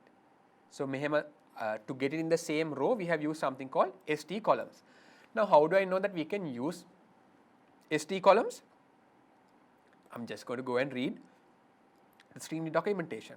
And if I go into layouts and containers, it talks about how I can have different layouts. For example, how I can add a sidebar, how I can add columns and how do the columns look like, how I can use something called an expander, an empty thing, a container.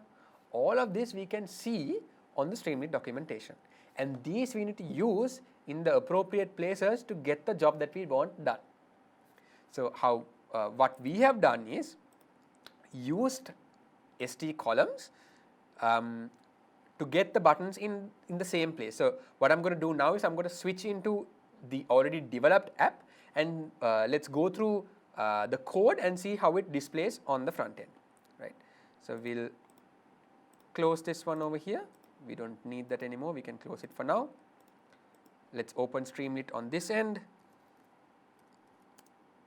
Streamlit run app.py, as in app.py is the file with the Streamlit command, this one. Let's run this, and this comes up on our browser. So here guys, what we have done is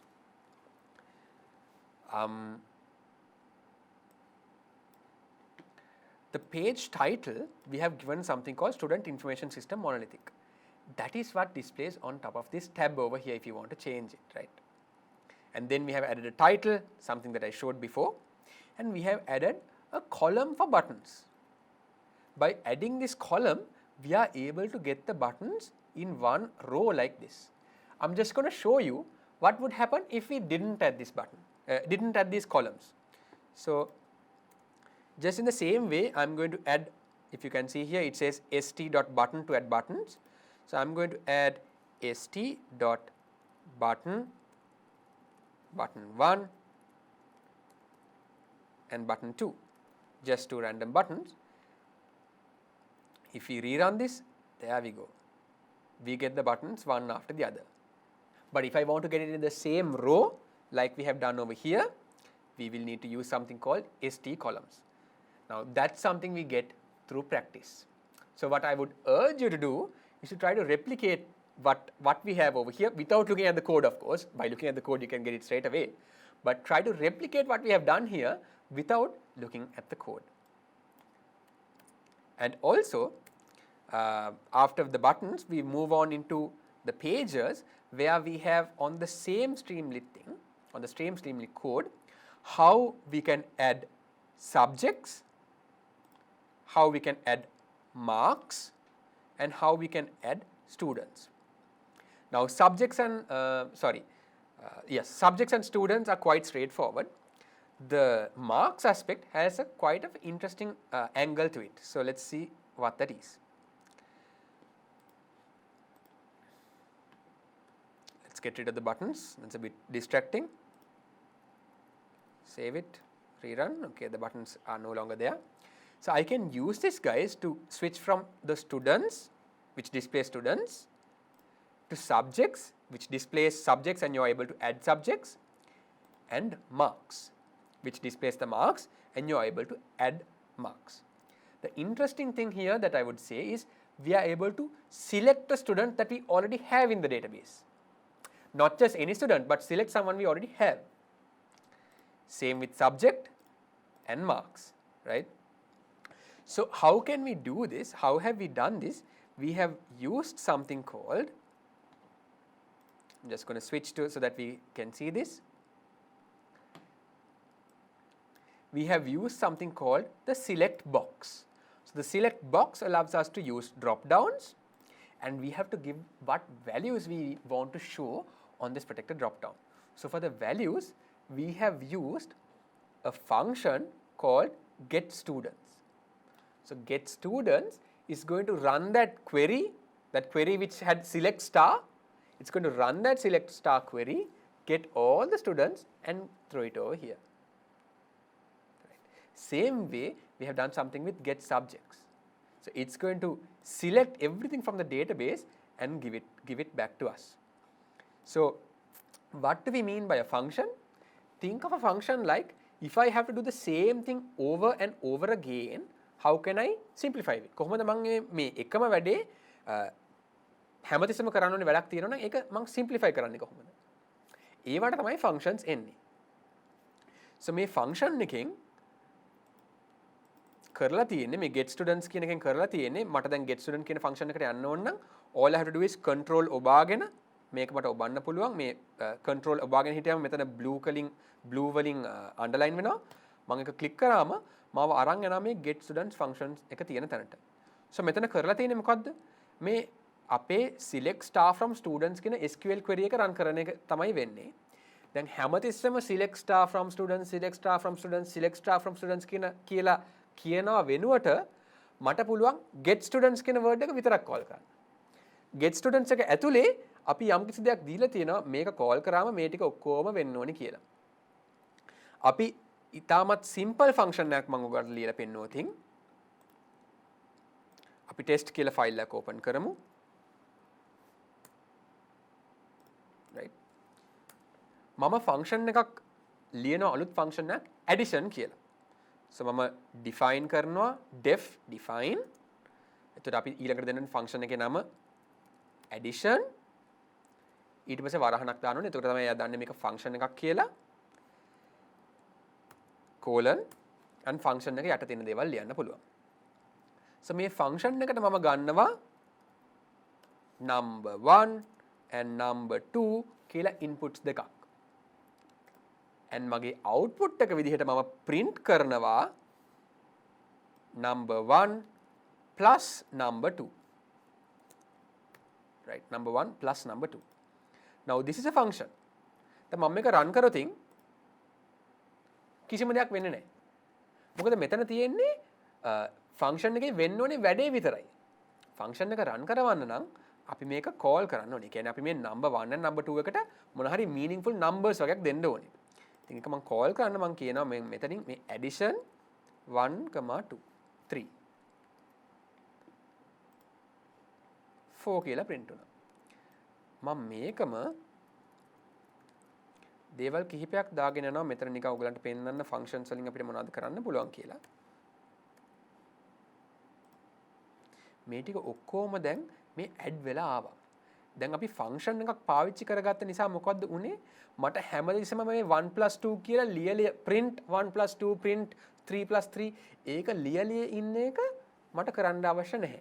මොකද function එකෙන් ඒක යා කරනවා. අපි කරන්න ඕනේ function එකට අදාළ ඉන්පුට් එක දෙන එක විතරයි. So that's the easy thing, or that's what we can do, that's what we gain by going into functions. And in the previous example with Streamlit, that's the same thing we have done. We have written a function to go into our database and retrieve the results. And Python is calling that function and demoing. That's it. Very easy. So I'll leave this as it is.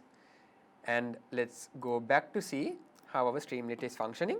So basically, the students, it's a select box, and subjects are a select box. It gets the subjects from the database and displays it on a drop down. And we can add new marks, students, subjects as and when we want. So the code base from that aspect is quite straightforward. I'll leave this like this. You can try your very best to imitate this same thing. I have intentionally left this very simple and straightforward. You can try to imitate this same thing on your end. And if you need help, you can of course go into the code base. But I urge you, try to do it on your own. Try to follow the Streamlit documentation and do it on your own. This will be a superb project for you to get your hands dirty on Python.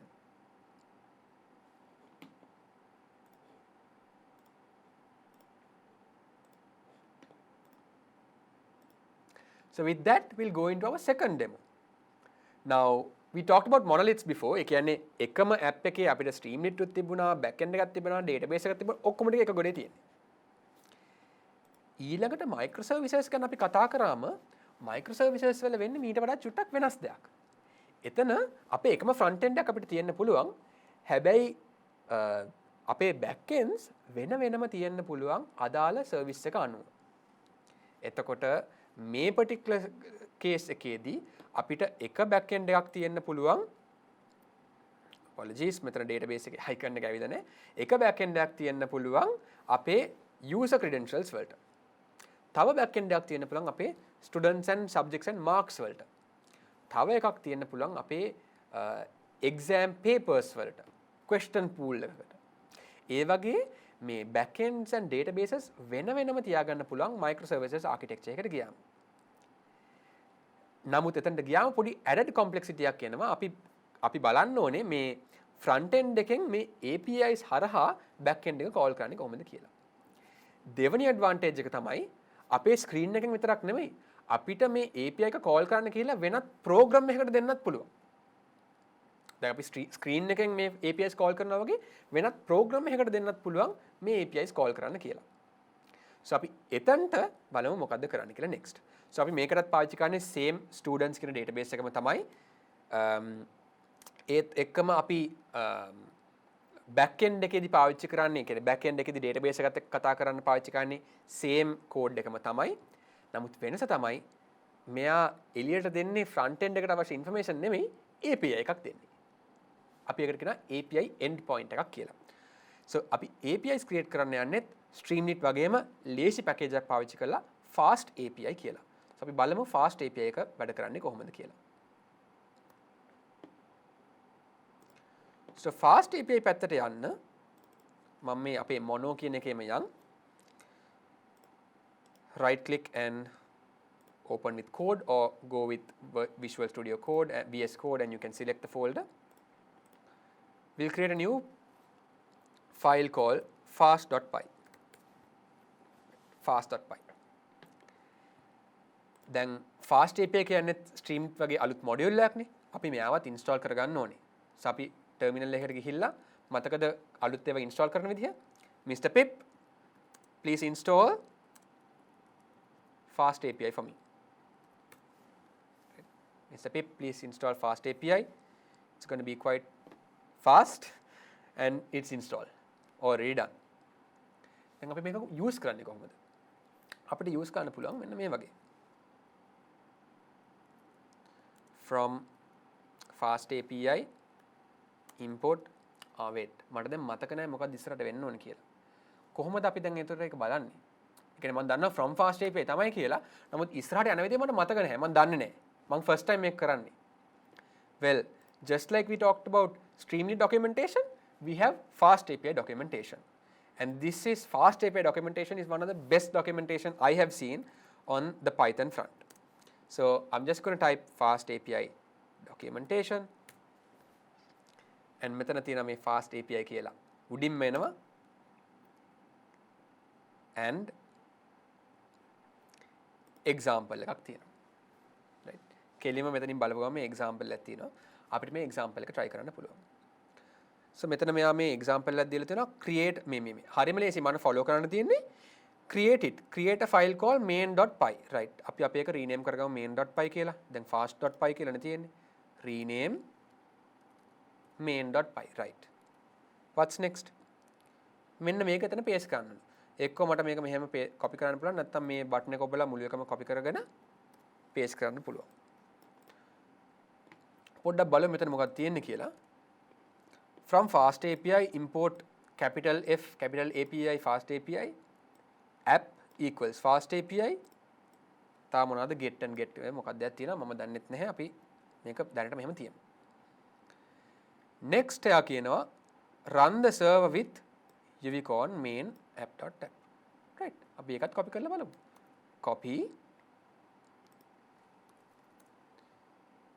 paste කරන්න පුළුවන් මට right click කරලා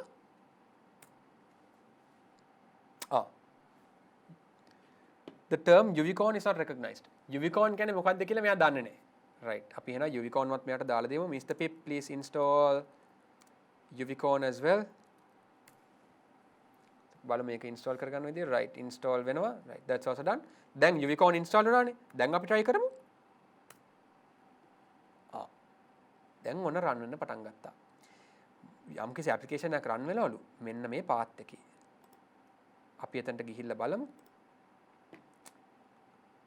මම එතනට ගියා විතරයි මේ hello world කියලා එකක් එනවා. අපි මේ කොහේ හරි දැක්කද මේ hello world කියන එක නව? Here we go. app.get/ මේකේ තියෙනවා read root කියලා එකක් return කරනවා hello world. අපි නිකන් මෙතන return කරමු hello තුලිත් save it. මේක reload කරමු. Oh there we go hello තුලිත්. okay so මම මෙතන change කරන දේවල් මට ඒ වෙලාවෙම බලා ගන්න පුළුවන් මගේ මේ screen එකේදී. ඒත් එක්කම දාලා තිනවා app.get items right අපි ඒකත් try කරමු යන්න. so මම මෙතන slash එකෙන් පස්සේ slash items කියලා දීලා detail not found. දැන් පොඩි ප්‍රශ්නයක් තමයි fast API එකත් එක්ක තියෙන මෙහෙම අපිට වැඩේ කරගන්න චුට්ටක් අමාරුයි. ඒකත් ඒගොල්ලන් හිතලා බලලා ලේසි ක්‍රමයක් අපිට දීලා තිනවා. අපිට පුළුවන් මෙතන fast API එකේ slash එකෙන් පස්සේ docs කියලා type කරන්න. docs කියලා type කරාට පස්සේ මෙයා අරන් යනවා මේ අපිට මෙතන පේන දේවල් ලස්සනට display කරන්න easily visualize කරගන්න screen එකකට. so මෙතනින් මම බැලුවොතින් මේ බලන්න මේ screen එක code එකේ screen එකේ comparison එක මෙතන තියෙනවා app.get. මෙතන තියෙනවා get කියලා වචනයක්. slash මෙතනත් තියෙනවා slash එකක්. read root මෙතනත් තියෙනවා read root කියලා එකක්. අපි මේක expand කරලා බලමු. try it out. okay let's try it out. execute. oh there we go. whatever we do we can look at it from here itself. so it's an easier way for me to look at APIs using this slash docs. we call this open API or Swagger documentation. same way අපි ඊළඟ එක බලමු. මෙතන තියෙනවා app.get get /item/item id /item/item id read item. so the same thing that we have on the code we can see it displayed exactly on this side but in a nice way, in an easier way for us to visualize it. Let's expand it, try it out, and let's item id එකක් ඉන්න. item id එකට අපි 1 කියලා දාලා බලමු. there we go. යම් කිසි දෙයක් එළියට ආවා. item id එකක් එළියට ආවා. අපි මේ q කියන එකටත් නිකන් Steve කියලා දීලා බලමු නිකන්. oh there we go. item id 1 Steve. so in this way we are able to kind of check what's going on the APIs by using this Swagger documentation, right? so we are going to see how the same thing we have done onto our previous database connection, right? so for that let's minimize this one. Let's go into this microservice.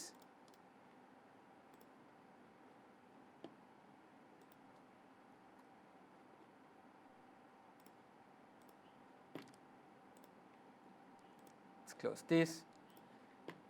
Let's go into a terminal, and we have to tell this fellow, this API to start running. So let's say uvcon API app dash dash reload. Now මේ API colon app කියන්නේ මොකද්ද? API කියලා කියන්නේ මෙතන API කියලා කියන්නේ මේ file එකේ නම. app කියලා කියන්නේ මෙන්න මෙතන මේ app කියලා use කරලා තියෙන එකේ නම. අපිට මේ දෙකම මාරු කරන්න පුළුවන්. ඒ කියන්නේ මට මෙතන abc කියලා දෙන්න පුළුවන්. එහෙනම් මෙතනත් abc කියලා දෙන්න ඕනේ. එච්චරයි වෙනස. right? අපි දැනට app කියලා තියමු. Let's run this. Right, no module call API. Let's go backwards. So we have to be very careful with this one. So the reason that it didn't run, okay, let's run it again and we'll see whether we can debug it. Remember I told you coding is about talking. We have to talk to the computer talks to us, and we have to understand what it says. So error or debugging or handling errors is a very big part of coding. Let's run this once again. So it's saying we'll watch for changes in these directories: Shayen's documents, Kainovation, BTUI, demo microservice. Could not import module called API. So if the reason for this is මම දැන් මේ demo microservices කියන folder එකේ ඉන්නේ. මේක ඇතුලේ මෙයාට API කියලා එකක් පේන්නේ නැහැලු. api.py කියලා එකක්. දැන් ඕගලන්ට පේනවද do you all see a api.py file here? Not really. I don't see it as well. It's not here. It's in this, sorry, not that, this backend folder. Then I need to go into the backend folder and then tell fast API find API file here, right? So let's do that. So let's stop running this application. To change folders, or we call them directories, we have a command called cd. So I'm going to say cd, just simple B and tab. Harima lazy, we don't need to type the entire name, just simple B and tab. It's going to figure out, okay, there's a folder called backend here. Now I go into that folder. Inside that folder, I'm going to run this command again. uvcon API app.reload. This time it's running. This time if you see, it's running. So let's go and maximize this and see how it runs.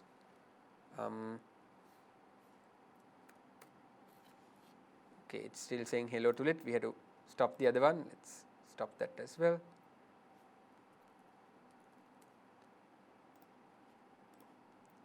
And on the microservices front, if we look at this clearly, okay, there we go, it's running over there. Okay, saying hi, API service is running. And again, because it's easier for me if I go into docs, මෙතනට ගියපු ගමන් තියෙනවා අපිට get and post. So get / read root එකේ වෙන්නේ මොකද්ද?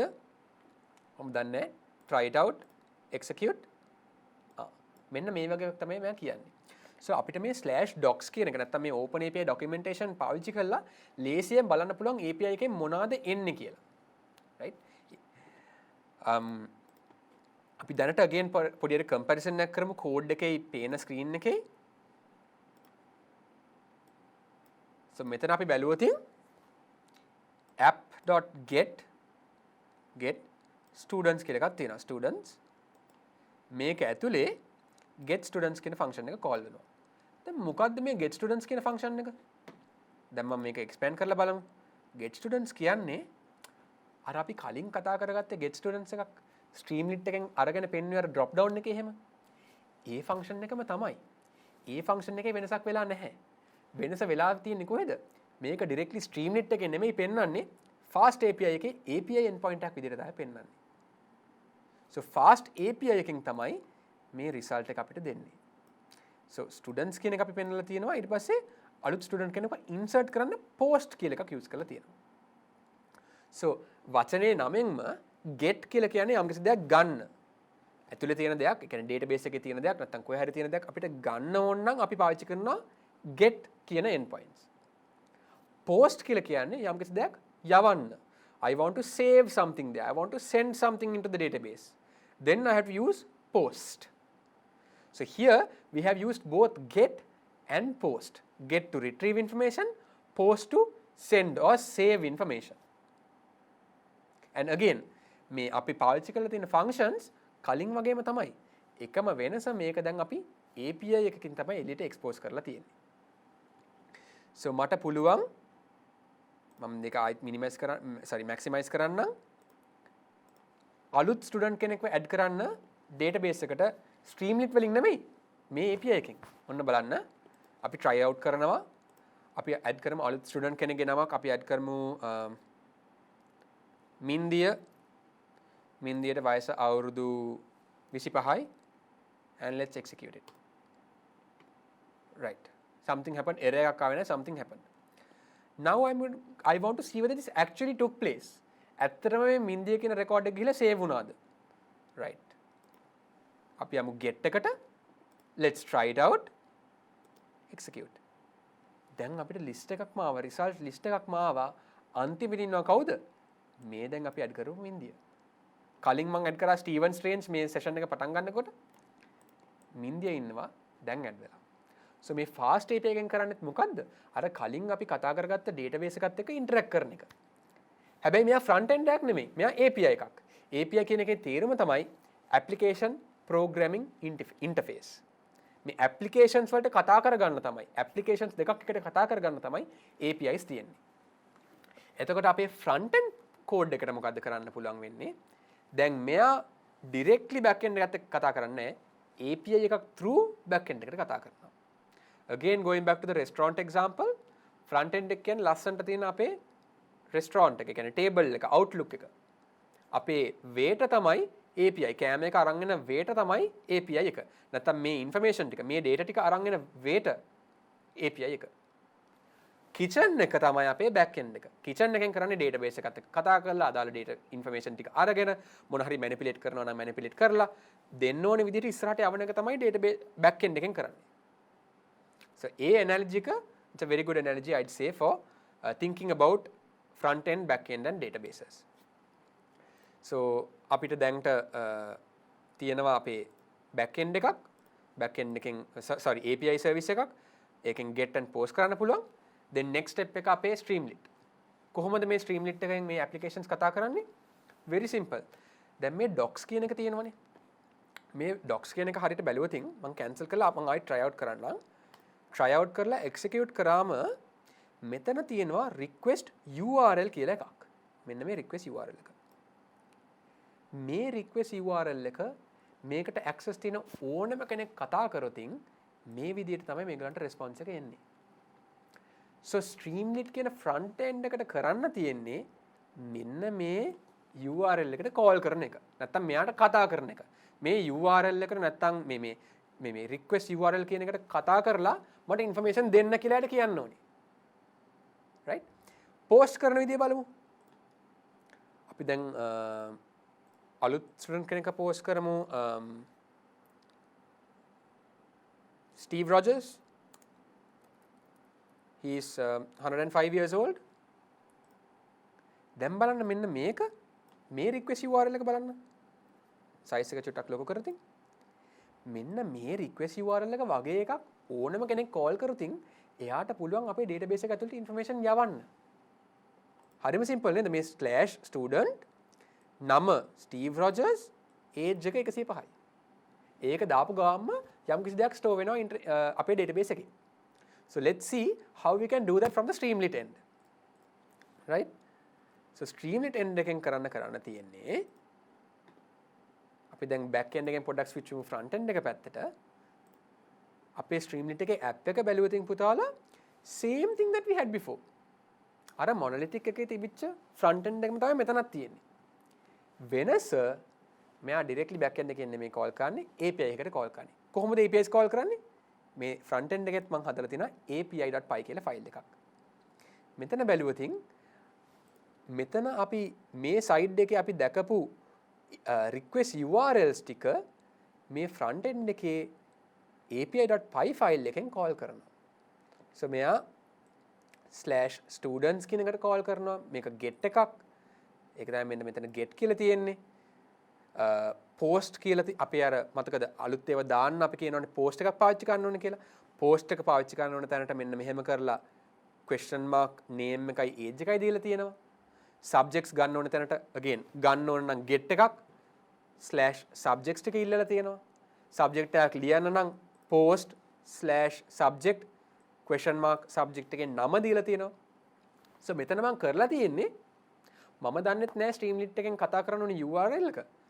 මම මෙතන මේ docs එකේම try out කරලා ඒ trying out වලදී එන URL එක අපේ code එක ඇතුළට දාලා තියෙනවා. so ඒ අතින් ඒක හරිම ලේසි. very easy මේ /docs කියන මේ document reference එක පාවිච්චි කරා නම්. ඒත් එක්කම තව one step further තියෙනවා. අපිට මේ APIs කියන දේවල් නිකන් call කරන්න බෑ. ඒකටත් වෙනම package එකක් තියෙනවා. අපි මේ package එකට කියනවා requests module එක කියලා. so I'll just leave it at requests for anyone who wants to try out, anyone who wants to give a crack at making the front end and the back end separate. Go and look at the requests module. Right? Go and look at the requests module. And now, just like I showed the monolithic Streamlit app running, I want to show this microservices Streamlit app running. So what I will do for that is, we will close all the other files. We will close all of this. Right? I am going to open a terminal window. පළවෙනියෙන් අපි ගිහිල්ලා backend එක call කරමු. කියන්නේ let's cd or change directly into the backend. Then we'll tell the backend to start uvcon. What's the name of the file? API app. So this is going to start. There's a problem loop. Let's try it once again. cd backend uvcon. Okay, this time watch what happened. uvcon running on this place. Now I'm going to start a new terminal. cd to the front end this time and do a Streamlit run. What's the name of the file? App.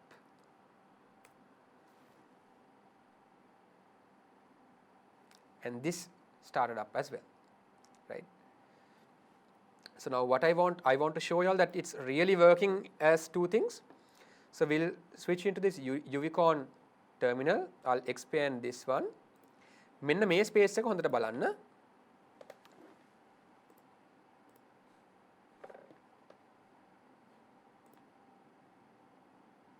Right, අපේ Streamlit එක චුට්ටක් වෙලා යනවා වගේ. Why is this? Let's see what has gone wrong with Streamlit. Do we have to do any changes? Nope. All is functioning as it should. Let's try it once again. Okay, let's try it once again. cd to the backend. Let's go for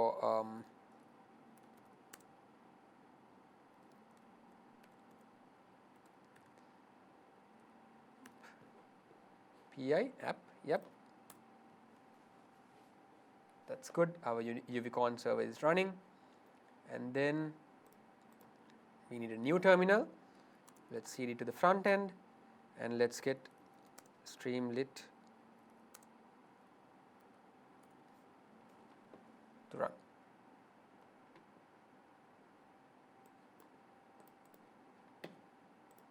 Oof, having a bit of a technical problem. Let's see how we can correct it. So this is normal. As I told you guys, we need to be prepared to face these kind of situations. Let's see why it's not running. We having a browser problem.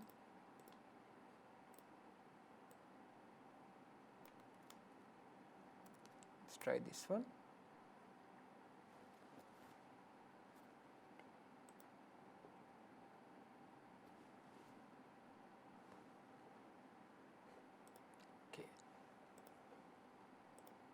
Have I given the wrong thing?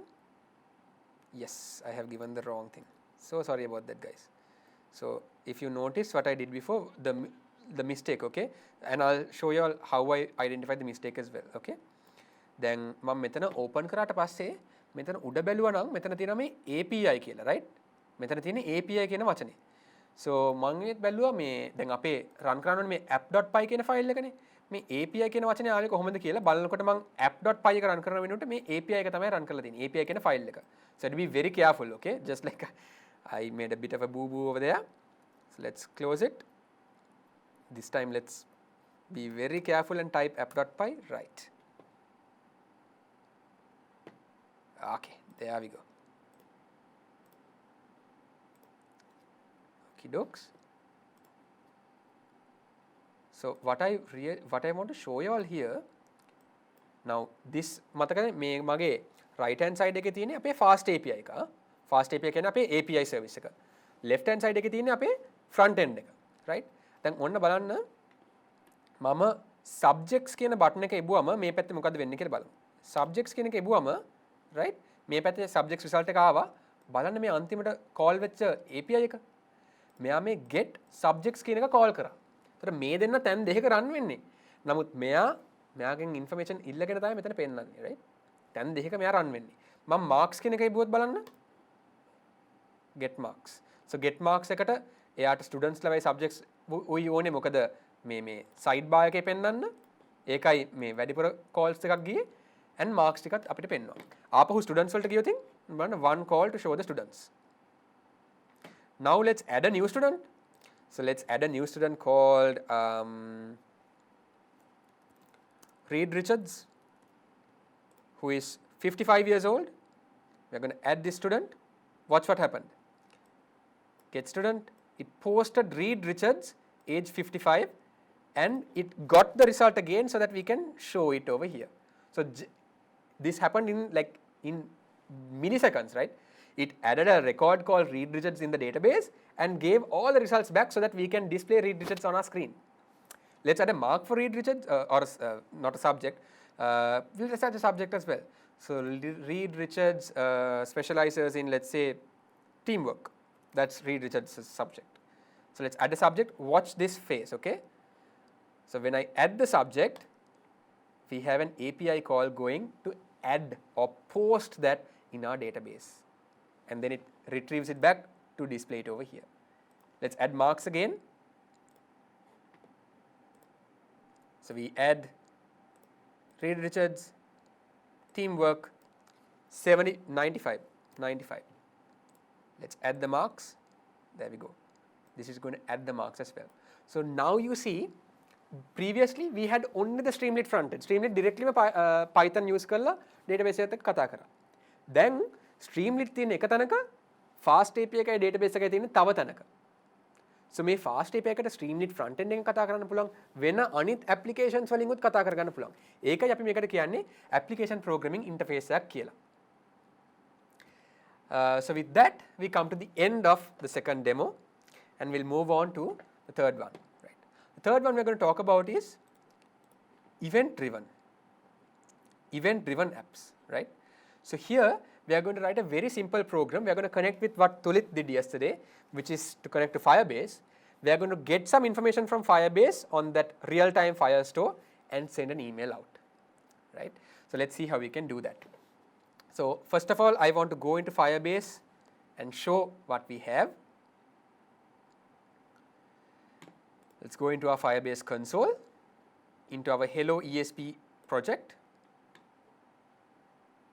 And this was a real-time database that Tulit configured.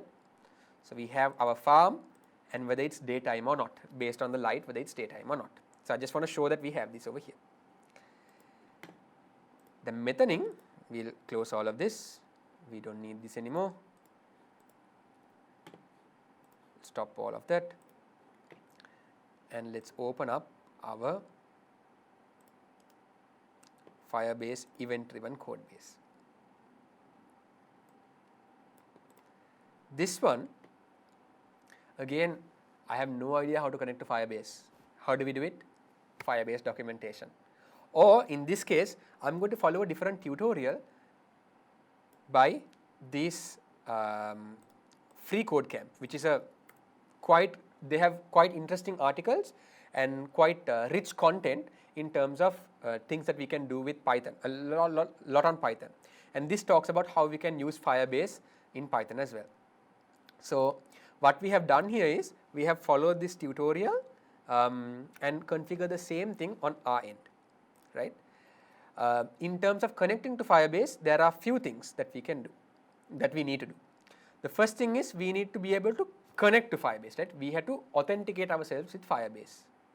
How we can do that is, අපේ මේ Firebase තැනට ගිහිල්ලා we have to go into project settings, service accounts, project settings, service accounts, and we need to of course click on Python and generate this new private key.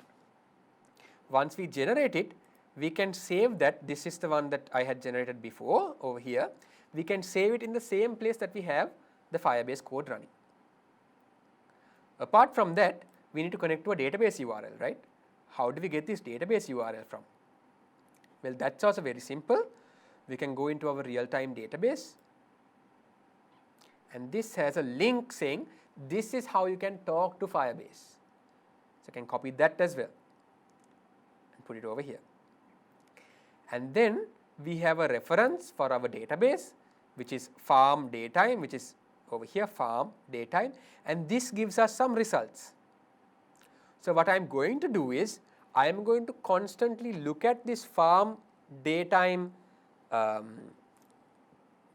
set of values, look at the value. If it's 1, it's daytime. If it's 0, it's nighttime. So I'll change this to 0 because I see 0 over here, or it's 1. It keeps on changing, I believe. Let's put it as 1 just so that we get an email. And when this value hits 1, they are going to send off an email. And how are we going to send emails? Through Gmail, through your Google Mail. So let's go into that code as well. That's quite interesting as well. It's very straightforward. So there is a package called smtplib.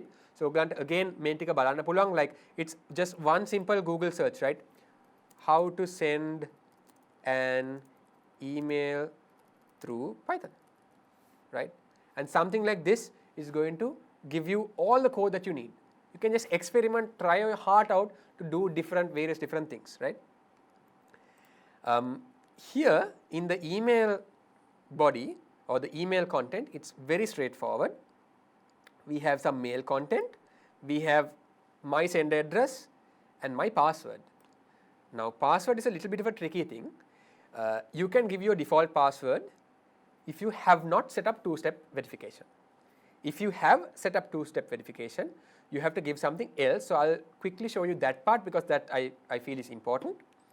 So for me, I have set up two-step verification on my Gmail.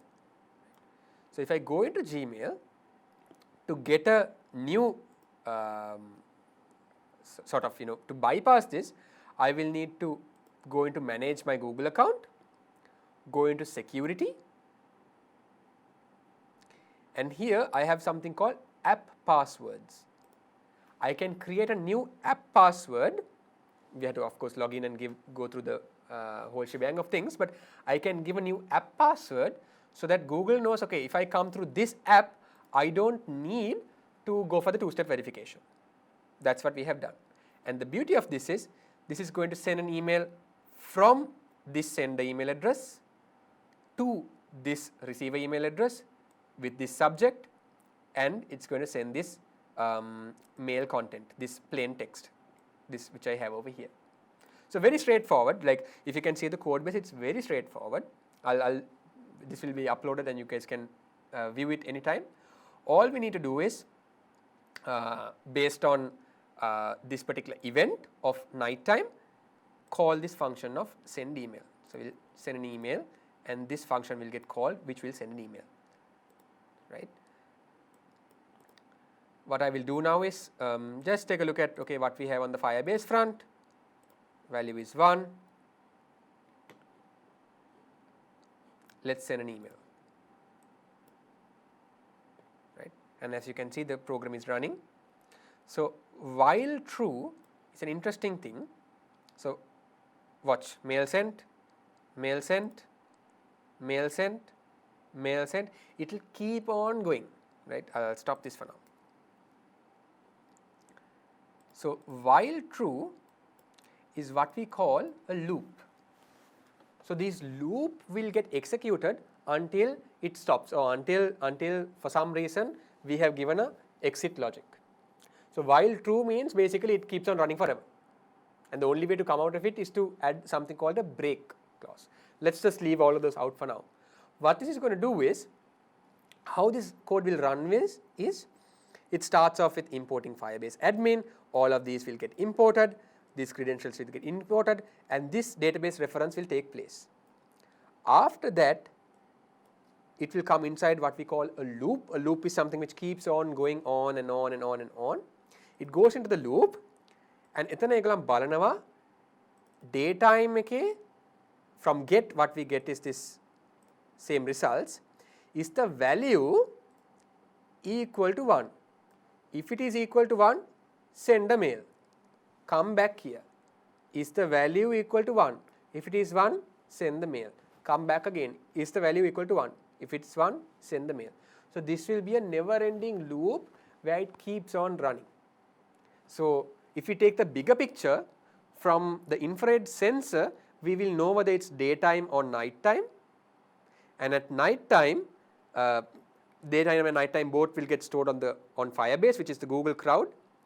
And this Python code is able to read what's there on Google Cloud,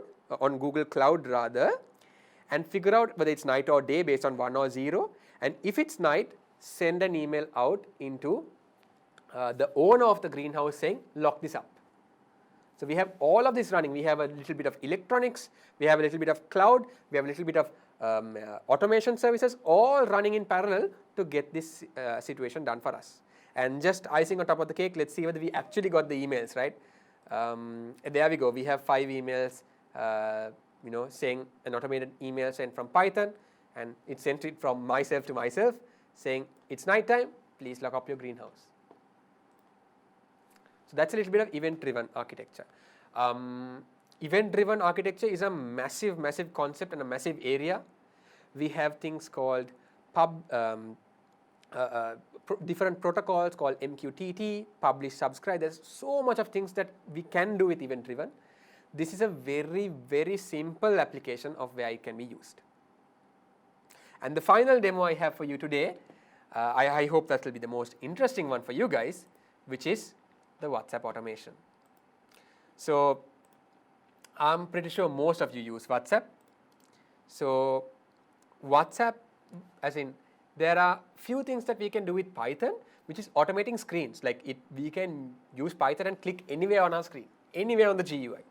So we can use this to use with WhatsApp as well.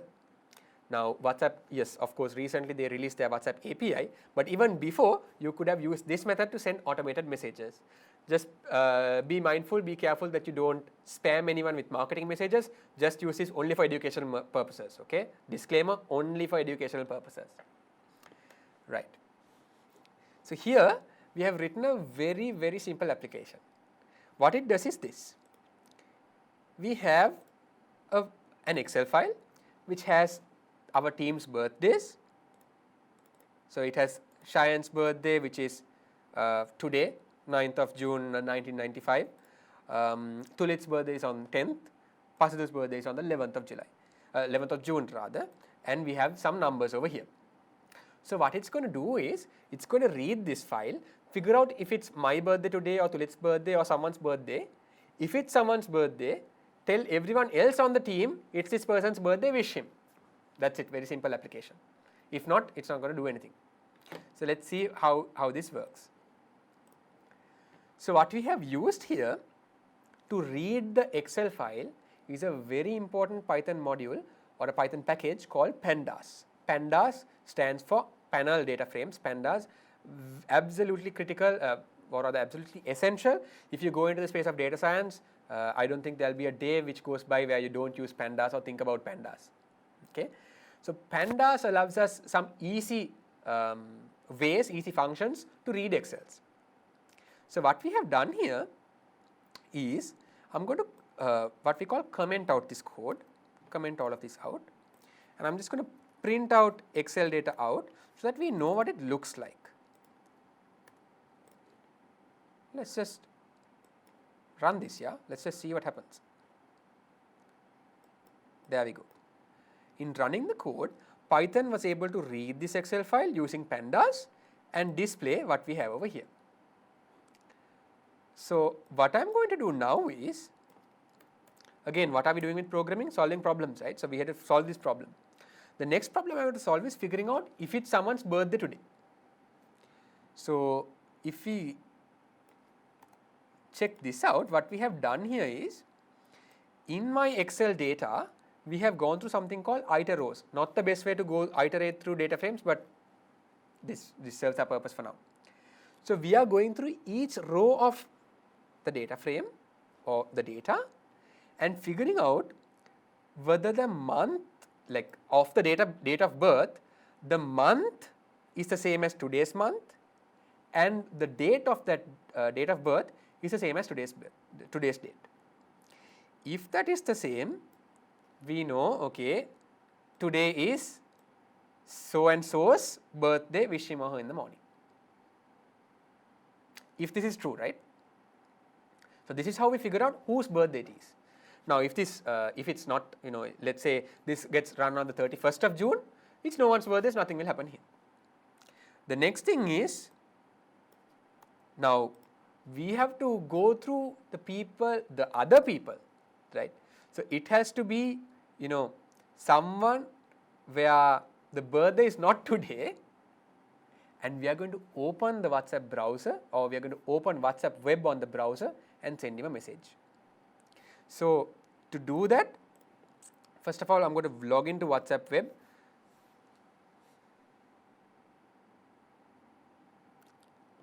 So this is what it looks like, WhatsApp web.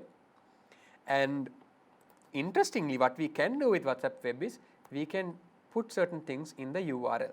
So this is one such thing. So if you notice the URL, we are calling WhatsApp web, and we are sending a message to this phone with this particular text. Right? This is what we're trying to automate, but without automation, in a manual setting, this is what we're going to do. So let's send that. So this is going to open WhatsApp web. It's going to open the particular chat of Pasindu and send Pasindu the message that, this particular message, today is Shayen's birthday, wish him. Okay. Now what we want to do is to automate this. So if you all saw the URL that we are doing, we are going to recreate this URL inside Python. So we are going to tell Python, go to this URL where the phone is that particular phone from the row, and the text is the same text for everyone. Open up the browser, right? This is opening up the browser, and we have given it some time to open up. If you noticed on the WhatsApp side of things, it took some time where it was loading, right? So let's just give it like 5 seconds to load. I don't know whether it will be enough. Let's give it and see. Then if you notice, what happened is that message would get placed on the text bar or this place. This message would come like this. Now we need to press enter. To do that, we can use PyAutoGUI or PG, and we've given a very small command, pg.press enter. That's it. It's going to mimic me pressing the enter key on the board. It's going to sleep for 3 seconds to send it through, and we are going to use something called hotkeys, or send a control plus W. Watch what happens on this tab when I press control and W. It's going to close the tab, right? So we are going to automate that process with Python. So open a new tab, wait until the message displays on the bar, press enter, wait for a little bit, close the tab. Open a new tab, send the message, close the tab. That's what we are going to do. So let's run through this time, and let's see whether it will work. Fingers crossed, hopefully this works. Starting chat, okay. Sending Tulita message, didn't go through.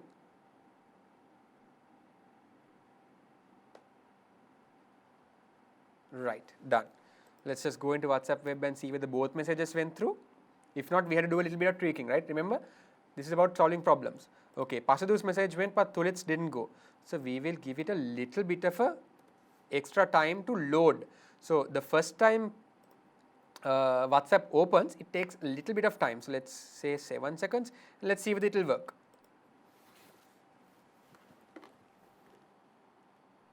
We're giving it some time. Okay, it started the chat. Let's see whether it presses enter. Okay, I believe it didn't. Yes, it didn't. Okay, so we need to give it more time. Let's put 10 seconds over here. Let's put 5 seconds over here and go forward, right? So this is a little bit of experimentation over here that you need to do. But by and large, the logic stays the same, where we are trying to go into WhatsApp, send the message through the URL, press enter, close the tab. So this is something that you guys can use as well. If you want to automate some things, maybe you want to automate messages to yourself. Yes, you can send messages to yourself in this as well. Like, I don't think it's possible in normal WhatsApp, but using the URL, you can send a message to yourself. You sending messages to yourself. We'll see how that works as well. So you can use that to automate messages for you, right? So that you don't forget anything, or to automate messages to other people on certain things that you want or certain tasks that you want them to do. So this is something neat that we can use Python on. So again, guys, just to recap about what we have been discussing during the day-to-day. So we spoke about software and the landscape, right?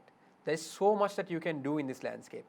And then in the demos, we spoke about monolithic architectures, microservices, event-driven architectures, and a little bit of automation. Software engineers on its own are in demand nowadays. Cloud engineers, DevOps engineers, data scientists, even more so. This would be a really good area for you guys to get your hands into. But the key thing that you guys got to remember is a software engineer or a programmer is a problem solver. He's not a guy who types. He's a problem solver. So get ready to solve very big, interesting problems. Sometimes you'll be stuck on the same problem for days, but that's what's interesting about it. And remember, programming is talking. Programming is communicating. You have to communicate with the computer, and the computer will communicate with you. In terms of final thoughts, if I were to give you one advice for any aspiring programmers, it would be to spend a lot of time on reading documentation. That's something that a lot of people miss, and because of that, we spend unnecessary time trying to figure stuff out on our own, when maybe a quick read of the documentation would have helped us out, in an easier fashion. So with this, I would like to bid farewell to you. Thank you so much for having me. I hope you guys got something. I hope you guys enjoyed the session and got something out of it. If you do have anything, please do reach out. My contact information are up on the site. And also, I encourage all of you to attempt the 4 demos that we had laid out for you guys. Thank you very much. Good evening.